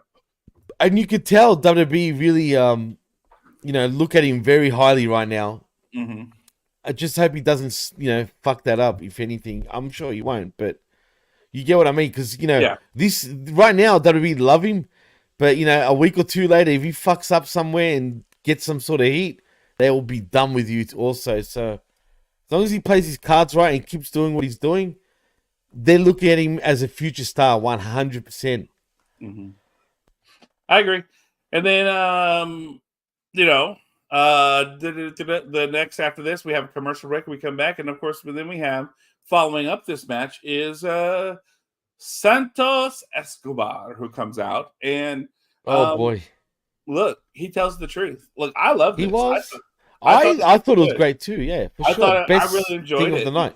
Yeah, like best segment of the night. That's what I meant to say, but just didn't come to my head for some reason. Yeah. So, because look, let's be honest. To steal from CM Punk, tell me when he was telling lies, right? At what point did he say anything that wasn't true, right? He laid everything out, right? He said, I wanted this to be familiar. And then when Carlito had to fuck it up. Well, and he's like, that's what he said. Like, what? You're going to listen to Carlito over me? We were supposed to be family. This is going to be us. This is going to be our thing. I wanted kids to look at me like they look at Rey Mysterio. And I thought having Rey and being family, this was going to do that. And it didn't. And you chose an outsider over me. This is, cool. He did not say anything wrong, right? No. But because he outsider though is subjective though, because to Rey he's not an outsider. To Rey he's not, but he is to the LWO. He is an outsider. Well, yeah. Sure. Like Rey, because think about it. Rey didn't even tell Santos he was going to call Carlito. Remember, Rey said, "I gotta call somebody," and he. Yeah, but we all knew it was Carlito because of Backlash, for example. But Jimmy, remember storytelling. You got to take this out. You can't say we all knew. Remember, this is the idea that pretty obvious, Rey. I understand it's obvious, Jimmy, but that still doesn't mean the story goes. Who is he going to call? You're not going to tell me? Like, what the hell? You went and, I may have known somebody. You went to Carlito over me, and this is supposed to be our thing. And then when Zelina comes out and he's talking to her and we're done because she hit out at the park. I'll give it that. And then they're like, oh, and then the two ding dongs. That's how I'm gonna have to refer them. I don't remember their name. DJ Z, and formerly DJ Z, and forgot the other one's name. Toro, I think, or something. Toro. Oh yeah, something Toro and Joaquin Wilde. There we go. Anyway, they come out and they're screaming at him again, showing how tiny they are. Look what you did to Zelina. Why you do that? And again, he said, "Hey, let's come back to being who we are. Like, I made you. I brought you in. Again, where is he wrong on this? Ungrateful little pricks, bro. That's what these guys are. Straight up, I was shocked. So he puts the fist out, and they're like, nah, you're with Rey, and we're supposed to be family. Fine, fuck you. And then they turn their backs, and of course, he beats the shit out of them because they deserve it. Like he said, you're nothing without me. Because he brought, not Zelina, Oh man, she was over dramatic though. Let's be honest, man. Really, you gonna cry like that? Hang Like on, over it? hang on. Again, let me get there. Okay. He was thrown on when they got brought up because they didn't feel like the lady who was in NXT was camera ready for WWE. So like, all right. Fine, we'll put her with Legado del Familia with Zelina. Okay, cool. But these guys have been with him in NXT, been through wars, everything along those lines, and then they did that. So, Cold Blooded said, I think Santos had a legit LWO tattoo on his hand. I did see that. That made me I thought the same thing as well. And I feel like this was the important thing of the night was that he did everything and he was honest about everything, and he was hurt. I mean, when you're hurt, especially by someone you think you care about and that they don't treat you the same way, I everything felt justified. And I know he's supposed to be a heel, and because he's playing off the everybody loves Ray, right? Which I know everybody loves Raymond, right? Everybody loves Raymond, yeah, exactly. Everybody loves Ray, so he can't do anything wrong. But again, when you say Dominic was right, this is like the second. I was waiting for that. No shit, I was waiting for him to bring that up. But how many people have said that now? 2 or 3 people have said Dominic is right. He's a deadbeat dad, John. Are we wrong? No, he's a deadbeat. He needs to go to parent school or something and learn how to be a father, because at this point he's a deadbeat.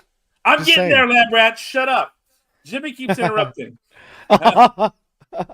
So, but I feel like this is why this was such a really good segment, because it wasn't him just shitting on Ray. It was him being truthful. And he's hurt. Yeah, and hurt, and I feel like everything he said is a legit grievances that he has with Rey Mysterio, and I just don't feel like, but that's what I feel like this was like almost, I don't want to say brilliant, but this was a very good segment for that reason. I still had sympathy for Santos because of everything he said, and I know he's a heel. Right. I know he's a bad guy, All right, you know what you need to do now? Are you thinking what I'm thinking now?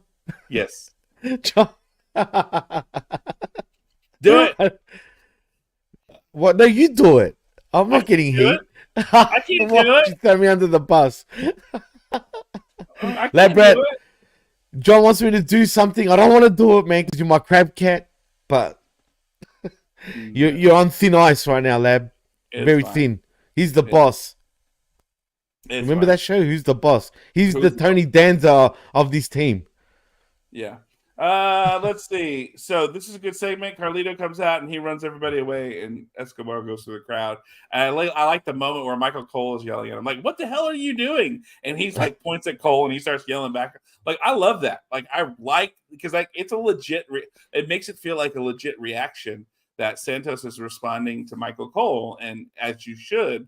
And especially because Michael Cole isn't just saying, "What are you doing?" in the microphone. He's screaming it out at Santos. Right, yeah. And so you should respond accordingly. I'm going to be honest. You had a commercial break. Grayson Waller versus Cameron Grimes. I did not watch a shit of this. Zero. Yeah, I'll be honest. I didn't give a shit about that match at all. At all.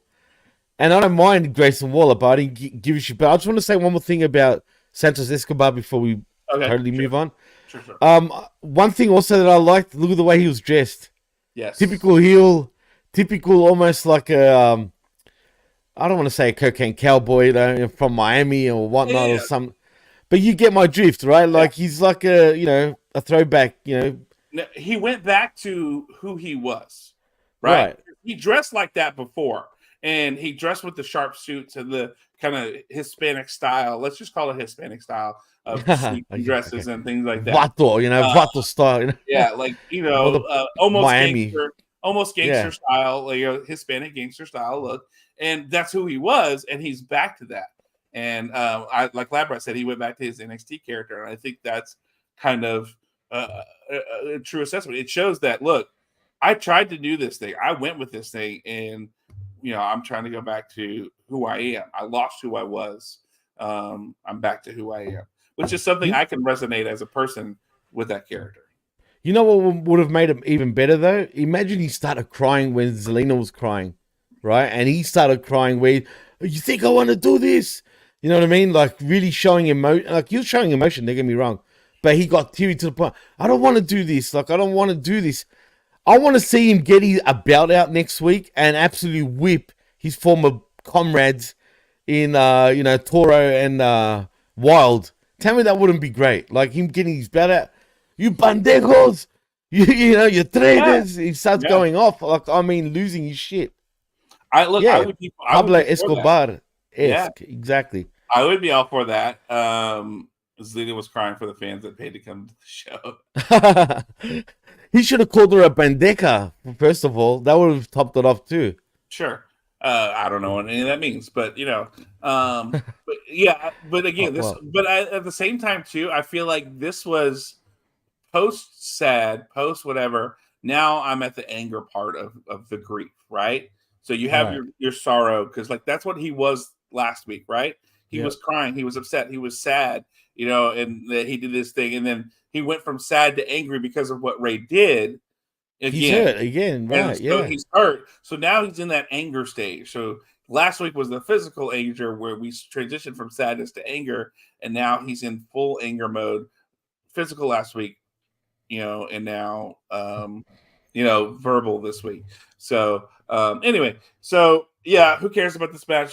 Theory was on commentary, whatever. I like that. I did like that Road Dogg shit on Theory and Waller like almost the entire time. He shat on Theory especially though, dude. Which surprised me. What's his problem? Nothing. That's the whole bit, because remember Theory was in NXT and Road Dogg was down there too. True, yeah. So right. It's almost that kind of like I took it as that, that uncle that, shits on you and ribs on you when you're at. Yeah, but I felt like he buried him a little bit, man. Like it was a bit too much, in my opinion. But yeah, it's all good though. But that's his character. He's designed to be so dislikable that even Road Dogg has to shit on you, right? Like, think about it. It's Road Dogg, right? He's kind of a heelish kind of person. He's kind of, I know, middle of the road now, but because he's kind of more chill in the backstage. But that I think that's more of, even Road Dogg has to shit on you because you're that bad. Like, it's kind of like that. When your uncle has to shit on you, that's pretty bad, right? Kind of thing. And just the way he said it though, it was kind of like, whoa, relax, bro. Yeah, you know what I mean. The only thing, Road Dogg has to be the bad guy on the commentary team, and he was shutting down most of the unnecessary commentary from the Scottish guy. See, look, Irish guy, medium five, Irish, Scottish, Irish, but still, but like I like that about Road Dogg, because again, he was playing that kind of heelish character a little bit, but not being dislikable, right? No, I think now from this part of the show, he started getting comfortable. Yeah, and in my opinion, we're in the second half of the show. Grayson Waller wins. I don't think we care. I didn't even know how he won. I really can't remember. I'm gonna have to look at the notes. Waller trips Grimes up, and Grimes appears to land on the back of his head on the ring apron, and gets in the ring. Waller with a rolling thunder stunner, and he goes and gets the cover for the pin. Look, that's the dumbest move. And like, I'm gonna jump in the ring, roll, hit a stunner with a bunch of. And why is every Tom, Dick, and Harry literally doing a fucking stunner now? Like, you got Kevin Owens. You've got a female. Who was the female that was doing the stunner, man? Is it Bianca Belair? Maybe as a variation of it? No, she does the KOD where it's... Oh, yeah. No, I know, but as a finisher, not as a finisher. There's one female that does... Oh, I'm thinking of Athena, actually, in AEW. Oh, no, there's one female that is always a stunner, and that's B. Lane is in the house. Oh, it's the real Brit. Yeah. There we go. Waller's boring and has zero juice. Brings nothing to the table. Oh, come on, Brit. That's why she's my best friend. That's why she's my best friend. Even though she still hasn't got her shit from the farmer's market that I still have in my house. Boo. I'm going to start eating it. I'm teasing. No, I will keep it for you, Brittany, until you have an opportunity to come over and Oh get it. yeah, LA Knight. Thank you, Retro. Yeah. It's true. No, his is a blunt force trauma. It's Yeah, it's no, a but as it's this, like a skull crushing finale. it's not his finish. It's one of his signatures, though. He has a variation of that. Does he? Yeah, he sort of. Yeah, he does. I've seen him do it. I know what he's talking about. I have seen him do it. A variation of a stunner. Man, there's too many doing stunners, man. That's all. It's That's why I like Brittany. She Retro says, "I like Grayson. How dare you?" And Brittany says, "It's okay to be wrong, Retro." Retro. I'll give him this. For a Canadian, he knows a lot about Australian things and Greek things. Surprisingly, well done, Retro. I don't know why you know all that shit, but you do. Well, because he's weird like that. Yeah, well, he admits that. He admits that he's weird. True, no, Retro. You weirdo. Anyway, so yeah, we're moving on from that, and then we see Bianca Belair talking to Zelina backstage. So then we all know what comes next. Coming back, commercial damage control, being, we beat up Zelina Vega. Look, So it was them. I missed that, man. I kid you not. I looked away, looked back, and I saw her on the ground. I'm like, who's attacked her? Yeah, well, they said that later that the damage control had did it too when they were at the end of the knee.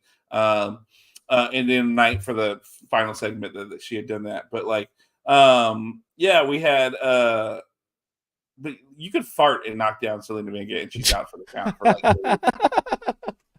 especially if it's a real good one. Yeah. She'll be out for the count. That'd be funny. I don't know why that's funny, but it is. Well, because I'm a funny guy. Hey, yeah. So then we had Solo Sikoa walk down the ring with Paul Heyman and Jimmy Uso. And, of course, Heyman introduced himself, and he has a surprise tonight. An acknowledgement ceremony for the winner of the match from where he talks about John Cena. And he points to the stage, and Cena's not there because Solo kept him from doing that. And Solo just destroyed John Cena. And, he's going to say goodbye to John Cena on their behalf. Which, again, I like this in a way, though, because here's the thing. He's saying the things that we all want to say, knowing that the strike is over and John Cena's going back to Hollywood. Exactly. So this is that fun way of saying, fuck that guy. He's not. Yeah, fuck that guy, right? And I bet you it's WWE really feeling this way. You know what I'm saying? No, I think it's just a fun way to do it. And I'm sure they approved. They got John. Let's piss on him. Yeah. Well, I mean, John Cena will say, hey, if this improves the story, let's do it. He's down for it. Right, but when is he going to be back, though? Because the truth is, he's. It feels like he used WWE right now in this run. Well, so did The Rock, Yeah, fuck The Rock used WWE, one, because he needed, some publicity after that whole Hawaii stunt. And no one spoke about that, dude. And that's a fact. That's what he was there for. That's what he was there for, to get everybody to pop and go like, yay, it's The Rock. Everyone knows the heat. I mean, he was getting major heat for, the Hawaii situation, for example. That's all he was there for, to clean his act up, in front of the fans, in the fans' eyes. Yeah. And the public, obviously. Yeah. So I felt like this was a very good segment because John Cena famously shit on The Rock for going to Hollywood, and now John Cena. So this is kind of like hypocrite. That. Well, it's kind of like that whole hey, the tables have now turned kind of thing, because and now he understands what The Rock was going through. You friggin' goddamn Cena. And he says, and now you can't say goodbye since Solo hit him in the throat, so we're gonna say goodbye for you. And you won't see John Cena in Hollywood or anywhere. He did the 1, 2, 3. John Cena didn't come and all that. And LA Night Music come out and he did the "Let Me Talk to You." And this led into their match that is going to be. It's not the main event, but it's the last match of the night. I thought it was. I was kind of surprised when we had what we had after this. I thought, what? There's more? No. Because remember at the beginning after the attack, I know, yeah, walked up and said, "Hey, I need to know by the end of the night who your fourth person is." And can I just say though, before we move on to the main, the match, even did you see where LA Knight said the most cheesiest line, and he knew he fucking cheesed it up, bro. It was bad. When he was, I don't know what he was trying to do, but towards the end, right? He said, I can't remember what the exact words was, but all I know is it sounded stupid. The crowd didn't react to it, and even he realized what he said was dumb, and he just, forgot about it, sort of thing. But he said a real cheesy line. I just couldn't remember it. But can't just also address Chris Wheeland over here, who says LA Knight never had one reason to turn face with purpose. He is dead on arrival to me. Buried, never will he sniff Roman's title again. He was a great heel in TNA, and WWE chewed him up and spat him out. Hold your horses, Chris. First of all, it's the hero's chase. That's what this story is with LA Knight, okay? I guarantee you he will get another shot at Roman. If anything, he was elevated way too fast in the first place to get a title shot at Crown Jewel, in my opinion, right? All this was a test to see if he can run and grab the ball. I think he can. It's just not his time yet, dude. God, relax. And remember, he didn't purposefully turn heel. The fans made him fucking babyface.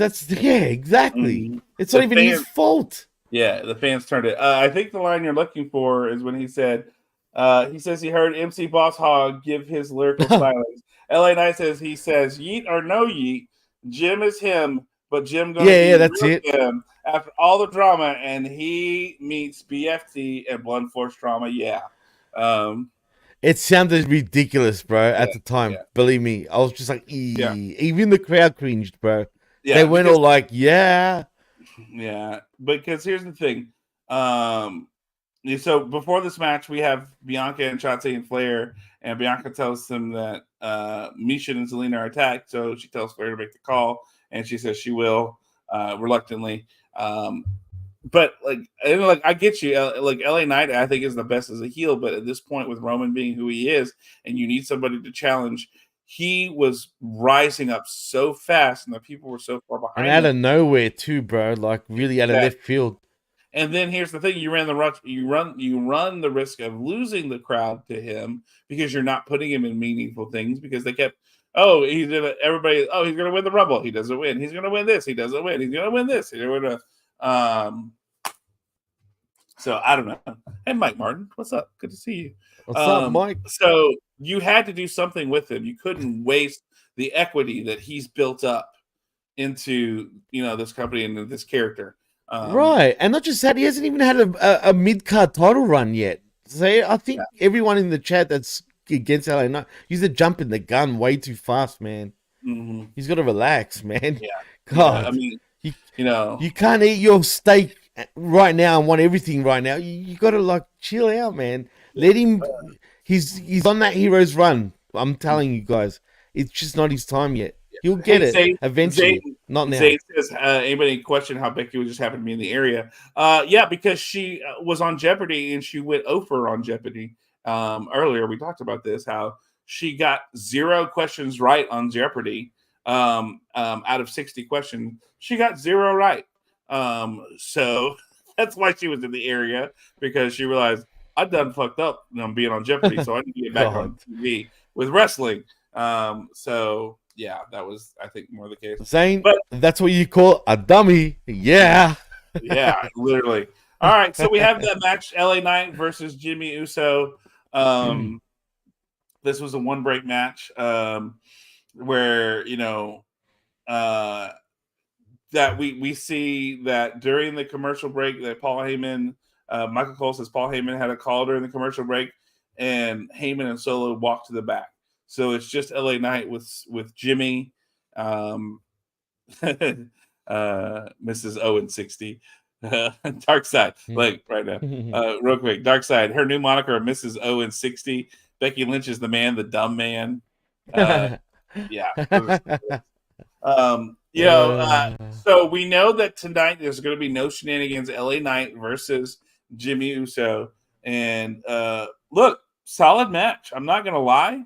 Solid match. I didn't find it as entertaining as it wasn't Dragon really that entertaining, right? But it was solid. There was nothing wrong with it. And then LA Knight gets the win. And then Solo's music hits. LA Knight hits from behind. And besides, you knew this was coming if you paid attention, because earlier in the night, a couple of times when we saw Nick Aldis, he'd open his door, and who was in the back? Cody Rhodes. Cody Rhodes. Yeah, that was weird too, bro.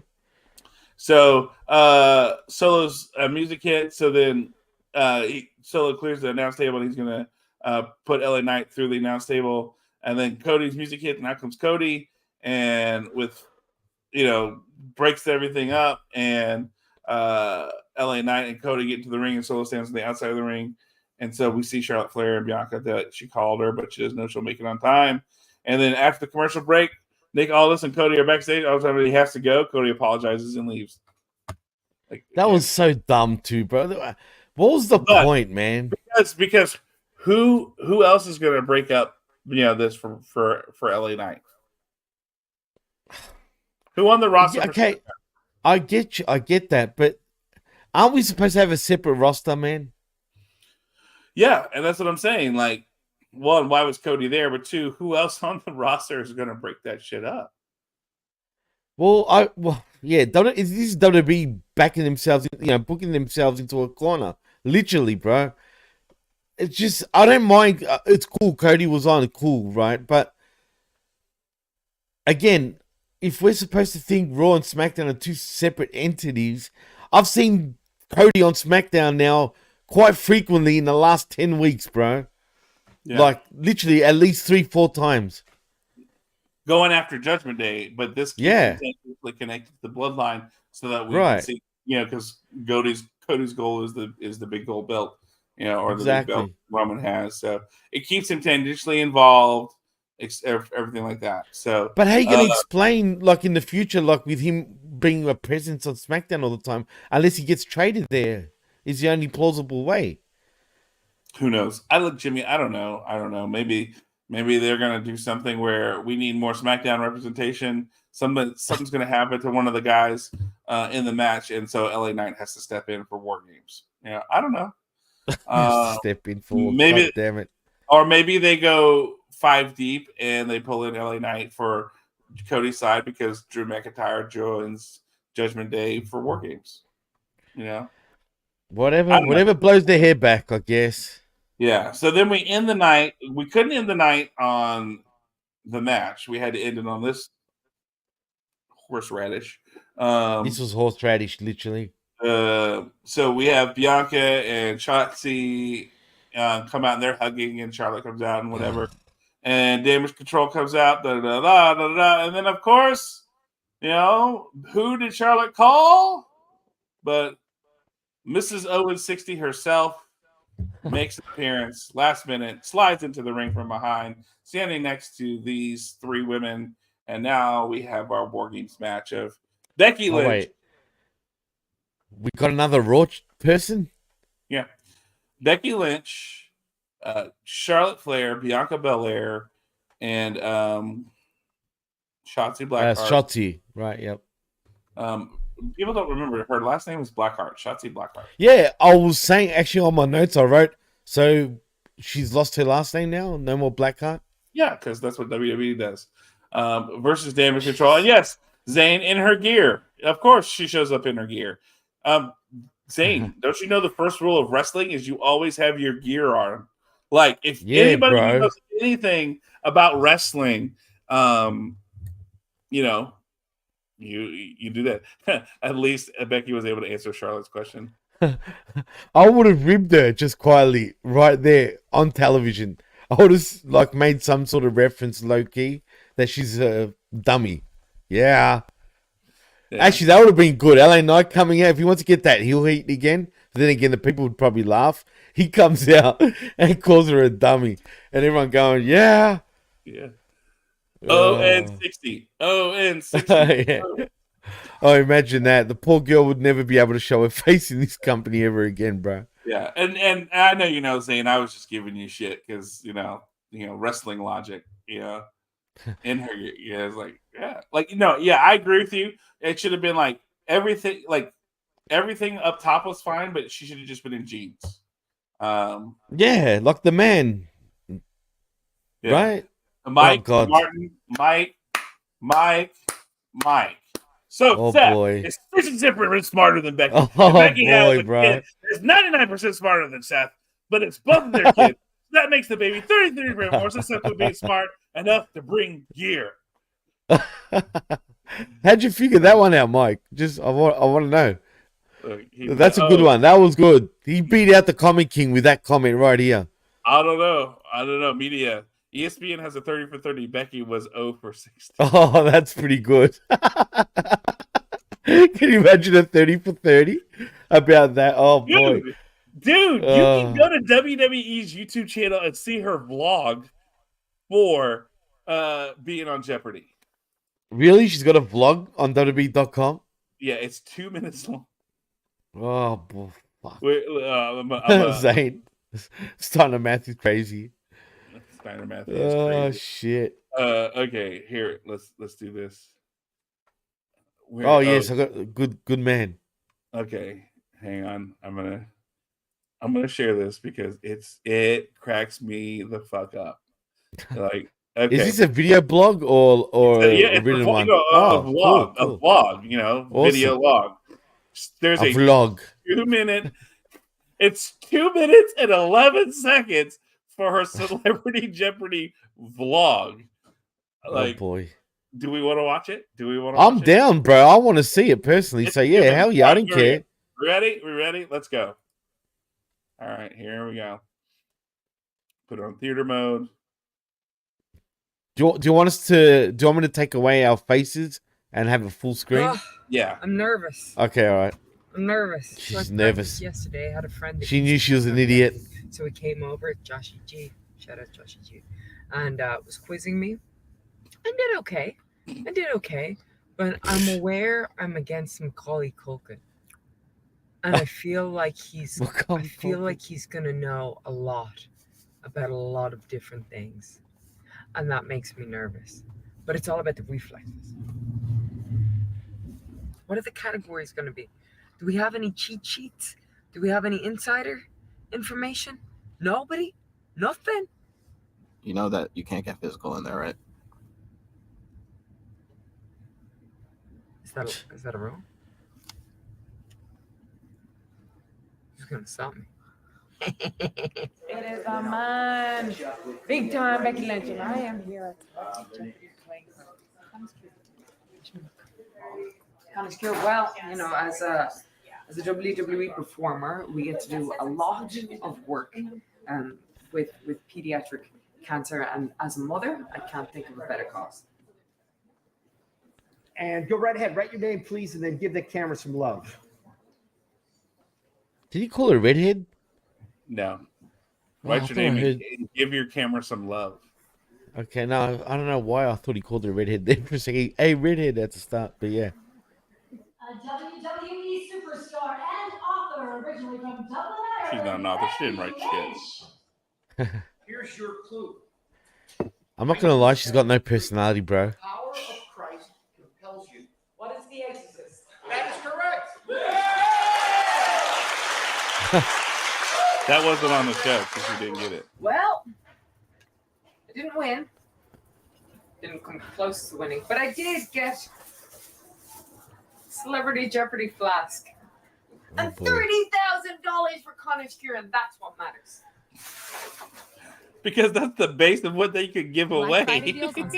Jesus Christ, bro. Jesus Christ. All I noticed with that no shit is how really boring she really is, bro. Oh my god. Honestly, am I wrong? No. Does she not come across as bland as shit or what? Like, I mean, Yeah. I feel gassed just looking at her be so boring. Yeah, look.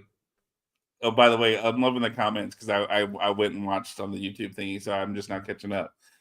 I'm nervous. Okay. I'm going to be known as Mrs. 60 and 0. Dark Side Oh, Catherine. boy. Where's that? I can't even see it. There we go. I see it. Yeah, and then there's just nobody. I think Becky answered all the questions right. I don't think anybody understood her. He said he heard Redhead too. Yeah, I heard that, dude. At the start, they're like, "Hey, redhead, write down your name and whatever else he said." Maybe I because kid you not. it's Ken Jennings who won Jeopardy for so long. So Medium 5. That's another one. Ooh, don't even get me started on Connor's Cure. That's another. Yeah, don't even. Yeah, we talked about that earlier. Medium 5 about giving and charities and how so many people will make a charity, but then when you give, a lot of times you'll see most of the money goes towards administration, which is paying people's salaries. And so, no, look, for anybody who's interested, if you're interested in doing something for somebody who has kids cancer, fuck it, I'm just going to share it. Where is it? Go for it. For if you don't know, Thursday is Wednesday. Thursday is Thanksgiving. Wednesday is my birthday. And if you're friends with me on Facebook, in lieu of anything else, or even sharing happy birthday, I'd love for you to give to this fundraiser that I created on Facebook it's called Addie's Faith Foundation. They are ending childhood cancer. They work with kids who have brain cancer down in Houston. They do so much for kids. Their percentages on admin are low, like in the 30s, maybe in the 20s.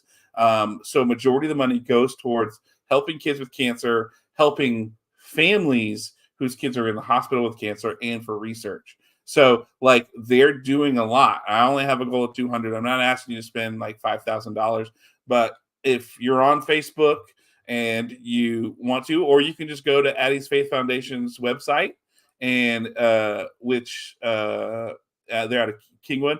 GuideStar is a great way if you want to know how to give.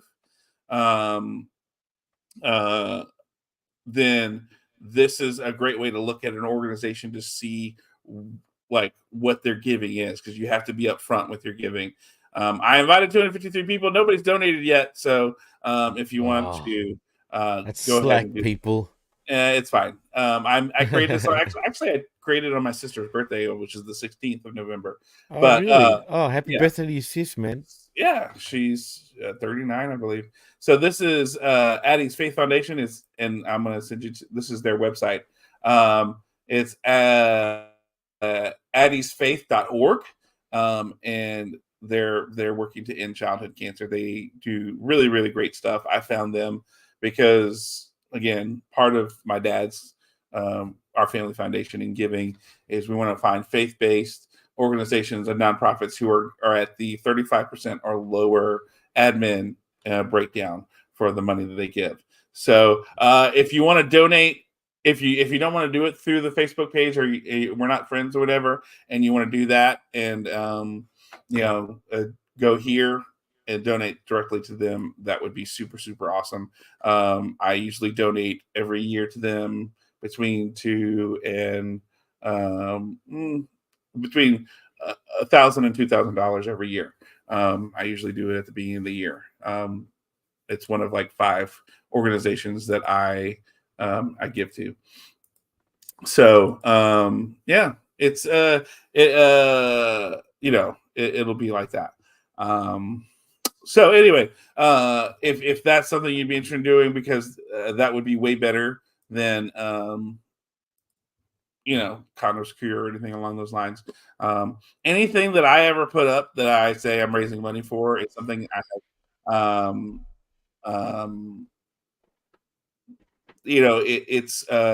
it's something I've vetted, I've looked into, I've put research into. It's not just something I'm going to throw up there because it's usually something important that I'm passionate about. So anyway. So that's my soapbox. I'm off of it now. Well, I just wanted to address Aaron Ben Shlomo. What, you can't see like international websites in Israel, dude? No, he messaged me earlier, and I meant to get back to him. This is why I'm doing it now. The Facebook giving doesn't work in Israel. So, really? Yeah. So I'm sorry, Aaron. I saw your message earlier, and I've just been busy. So I figured while I'm here, and I saw you were here, I went ahead and just send you to their website if you had an issue with the because Facebook, you send money to Facebook, they hold it in escrow, and they give it to nonprofits at no charge. Cool. So that you can do a fundraiser through social media and make it Oh no, I easy. knew that. Right. On Yeah. your birthday, you can make everyone donate to your favorite charity or whatnot, And whatever make them. You can Facebook allows you suggest, because obviously Right, yeah. if I would make everybody of the 253 people I Right. invited, I would make them all give. But anywho, Everyone's a taker, John, not a giver. See what I did there? yeah. So shit. yeah, Thank you, John. anyhow, yeah. Well, hey, so if, like I said, on Wednesday, if you're bored and you want to do something for birthdays, to raise a taker, you can always raise a taker to me on my birthday on Wednesday before Thanksgiving. You can have a piece of chocolate or sushi for me, or you can give to Addie's Faith Foundation. So I love chocolate, dude. Me too, bro. I'm a sucker for fucking chocolate, bro. Oh. I was gonna say I'm a sucker for love, but I'm a sucker for love of chocolate, bro. I mean, Jesus. Phrasing. I'm gonna get D back in here. I'm gonna have the D run in. She's laughing right now, actually, but Good. All right, Jimmy. Well, let's give it our customary letter grade, and then let's get out of here because I don't think there's anything else we really need to talk about. No, this is a record, bro. I don't think we've ever done a faster. Yeah, kept it tight. Absolutely, I like it. It's good because we didn't really talk our liquor like we used to. You know what I mean? But anyway, the letter grade is hard, bro, because maybe a C, but maybe a D even, man, because I'll say C minus, man, because Santos and the Dragon Lee match saved the show in the sense. So I'll give it a C minus. There was no real energy to the show though, and it really came across that way through the television, bro. Yeah, I'm gonna go C minus as well because if I'm gonna be honest with you, like again, no energy. The structure felt super weird, and like you said, the middle of the show, the Dragon Lee and Santos Escobar segments were good, and like surprisingly, the Paul Heyman solo segment wasn't. It did not compare to the Santos Escobar. Nah. Actually, John, I'll go one further. This is one of the weakest promos I've seen Heyman do in a long time, bro. Yeah. Like, I liked it, but it wasn't, like, when you have the Santos Escobar segment and you compare it to this, man, which is weird to say because Paul Heyman is usually so on point. And these always. Do, and I'm not saying this was bad, but, like... It wasn't bad, but I know what you're saying. Comparatively, it just did not stand out like the other ones did. So, Zane wants to know when y'all are doing Wreckage. Well, see, funny you bring that up, Zane and John. I actually spoke to Chris earlier saying, dude, you do realize that there's a AEW pay-per-view tonight, and if we do the Wreckage on the usual time that we do it on, it's going to be irrelevant. And then he's like, he was saying, okay, we'll review 1 hour of Wreckage and then 1 hour of the paper. Okay, that's weird, dude. You can't. Oh yeah. You know, why do it that way? That just sounds tomorrow. Right? Yeah. But here. Right, but because there's a pay-per-view tonight, expect the Wreckage tonight. I was just speaking to Chris right before we started Smack Attack, and Uncaged will also be tonight. But look out for the PWC review show of Full Gear on the PWC network tonight after Full Gear. Why not just do it tomorrow when you would do normally Wreckage? Because Chris wanted to do a real small, like 1 hour, like of one show and 1 hour of the other. So, yeah, but we always do. But, hey, do you want to join us? Are you busy tonight? Yeah. I'm going to a concert tonight. I have a date, and I'm going on a concert. Oh, sorry. Oh, hey, John's got a date, everybody. Well, I mean, look, would I go to a concert alone? No, but is it worth it to go with somebody? Why have I heard you talk about that? Did you say that on the social media post this week? I don't know why it's weird. Yeah, I wouldn't go to a concert alone either, man. It's a bit weird, right? Like, I don't mind. Look, I'm flexing for you, Zane. Like, right there, look. Boom, boom, boom, boom, boom, boom, boom, boom. We'll do this. I can do that too. I can do that. Look, I can really make a dance. You have to cheat. I'm doing Nah, it's not cheating. It's just, I don't know, my nerves, bro. I don't know. My muscles somehow, when I flex my bicep this way, Like I have to do that. It really jumps. Yeah. And no, I'm not going to George Strait because George Strait's in town tonight. That's not who I'm going to go see. I'm going to go see a band called the Weathered Souls. They're really, really good. They're out of here, and they're really, Is really their good. souls weathered? Legit? Yes. Yeah. What type of genre are they? I would call they were classified as country rock. So if you've ever heard of Whiskey Myers, I love country rock, man. Yeah. I'm serious. Look, but Zane, I did have somebody who has access to suites at Dickies Arena, and it would I worked real hard. Well, when you have a big Dickie, you're in the suite. I worked real hard to try to get into that suite for the show tonight because he played last night and tonight, and they go to see George Strait live. I've seen him once with my family once live, and it was awesome. And that was like 20 years ago. I want to go again, and holy shit! But tonight is just going to be at the Magnolia Molar Lounge in Fort Worth, super chill, and we're going to be safe and have a good time. So it'll be fun. It should be a good show. You're lucky. Yeah, $15 tickets. $15 tickets. Oh, not a bad day. Beautiful. It'll be good. So. And Richard, what do you mean? Then don't do that, Jimmy. Stay completely immobile. What do you mean? What are you talking about? Talking about your boobies. Was it talking about my boobies? Yeah. Don't talk about my boobies like that, then, Richard. Boobies. You're just jealous, all right? I'm joking. So, thank you, everybody. But as always, thank you for being here on this show. Jimmy, thank you for all your help this morning. Thank you. Hopefully next week we should be on our same channel on the same time and everything all like that. YouTube was just being a bitch. Hey, YouTube, stop being a bitch. Stop being a bitch. Fuck you. I speak a little English. There we go. Fuck you. I speak little English, but fuck you. Yeah. So, but I want to say thank you to everybody here in the chat. As always, you made the show great as always with your input. Mike Martin, Aaron Pincholo, Zane Vicious, Retro Rocket. Let's go, Media M5. We had who else? Todd Brantley was here earlier. Darkside Caster, my bestie Bree Lane was in the house. Chris Windland. We had a lot of people in the show today. We had a lot of people, bro, and they stayed on and never left. Lab Rat Jerome Hall was in the house for a while. Good Lord, it was just like a lot of people. Maybe we should stick to Ray's channel from now on. Look, we had the PWC discussion group, Big Ray and Hamin Media Twitch, all in here at the same time, talking to things. Cold Double X, Flooded Double X was here as well. Man, we had a lot of people. Oh, John Enright was here. That's weird. So who? Giovanni Enright. Oh, yeah, Giovanni Enright. So thank you all again for being here. You make the show what it is. This is the only show on Channel Attitude where you pay $5 a month, but you get to hear your voice, and we'd love for you to do that. Ooh, Jimmy, we're gonna do this. If you show either in Messenger or text or email that you gave to the charity of my choosing, to Addie's Faith Foundation. Are you putting me on the spot now? No. We'll have you on the show. I'll send you the link. We'll have you on the show. We'll talk, and we'll let you be a part of the show. If you give Addie's Faith, why not? Let's do it. People's show.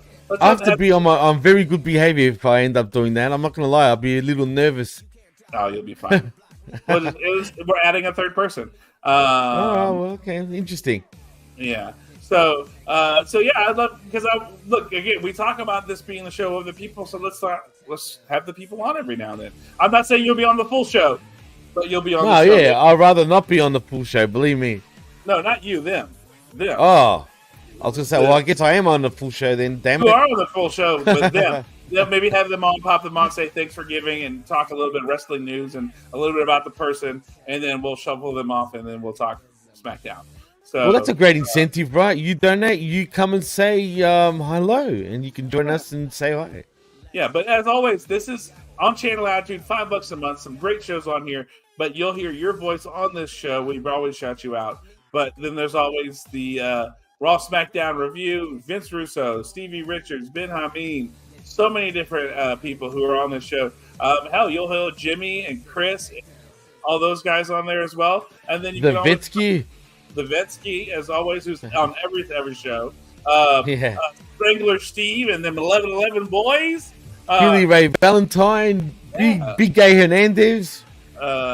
Yes, I do. A Star Trek podcast, Retro Rocket, not a Star Wars podcast.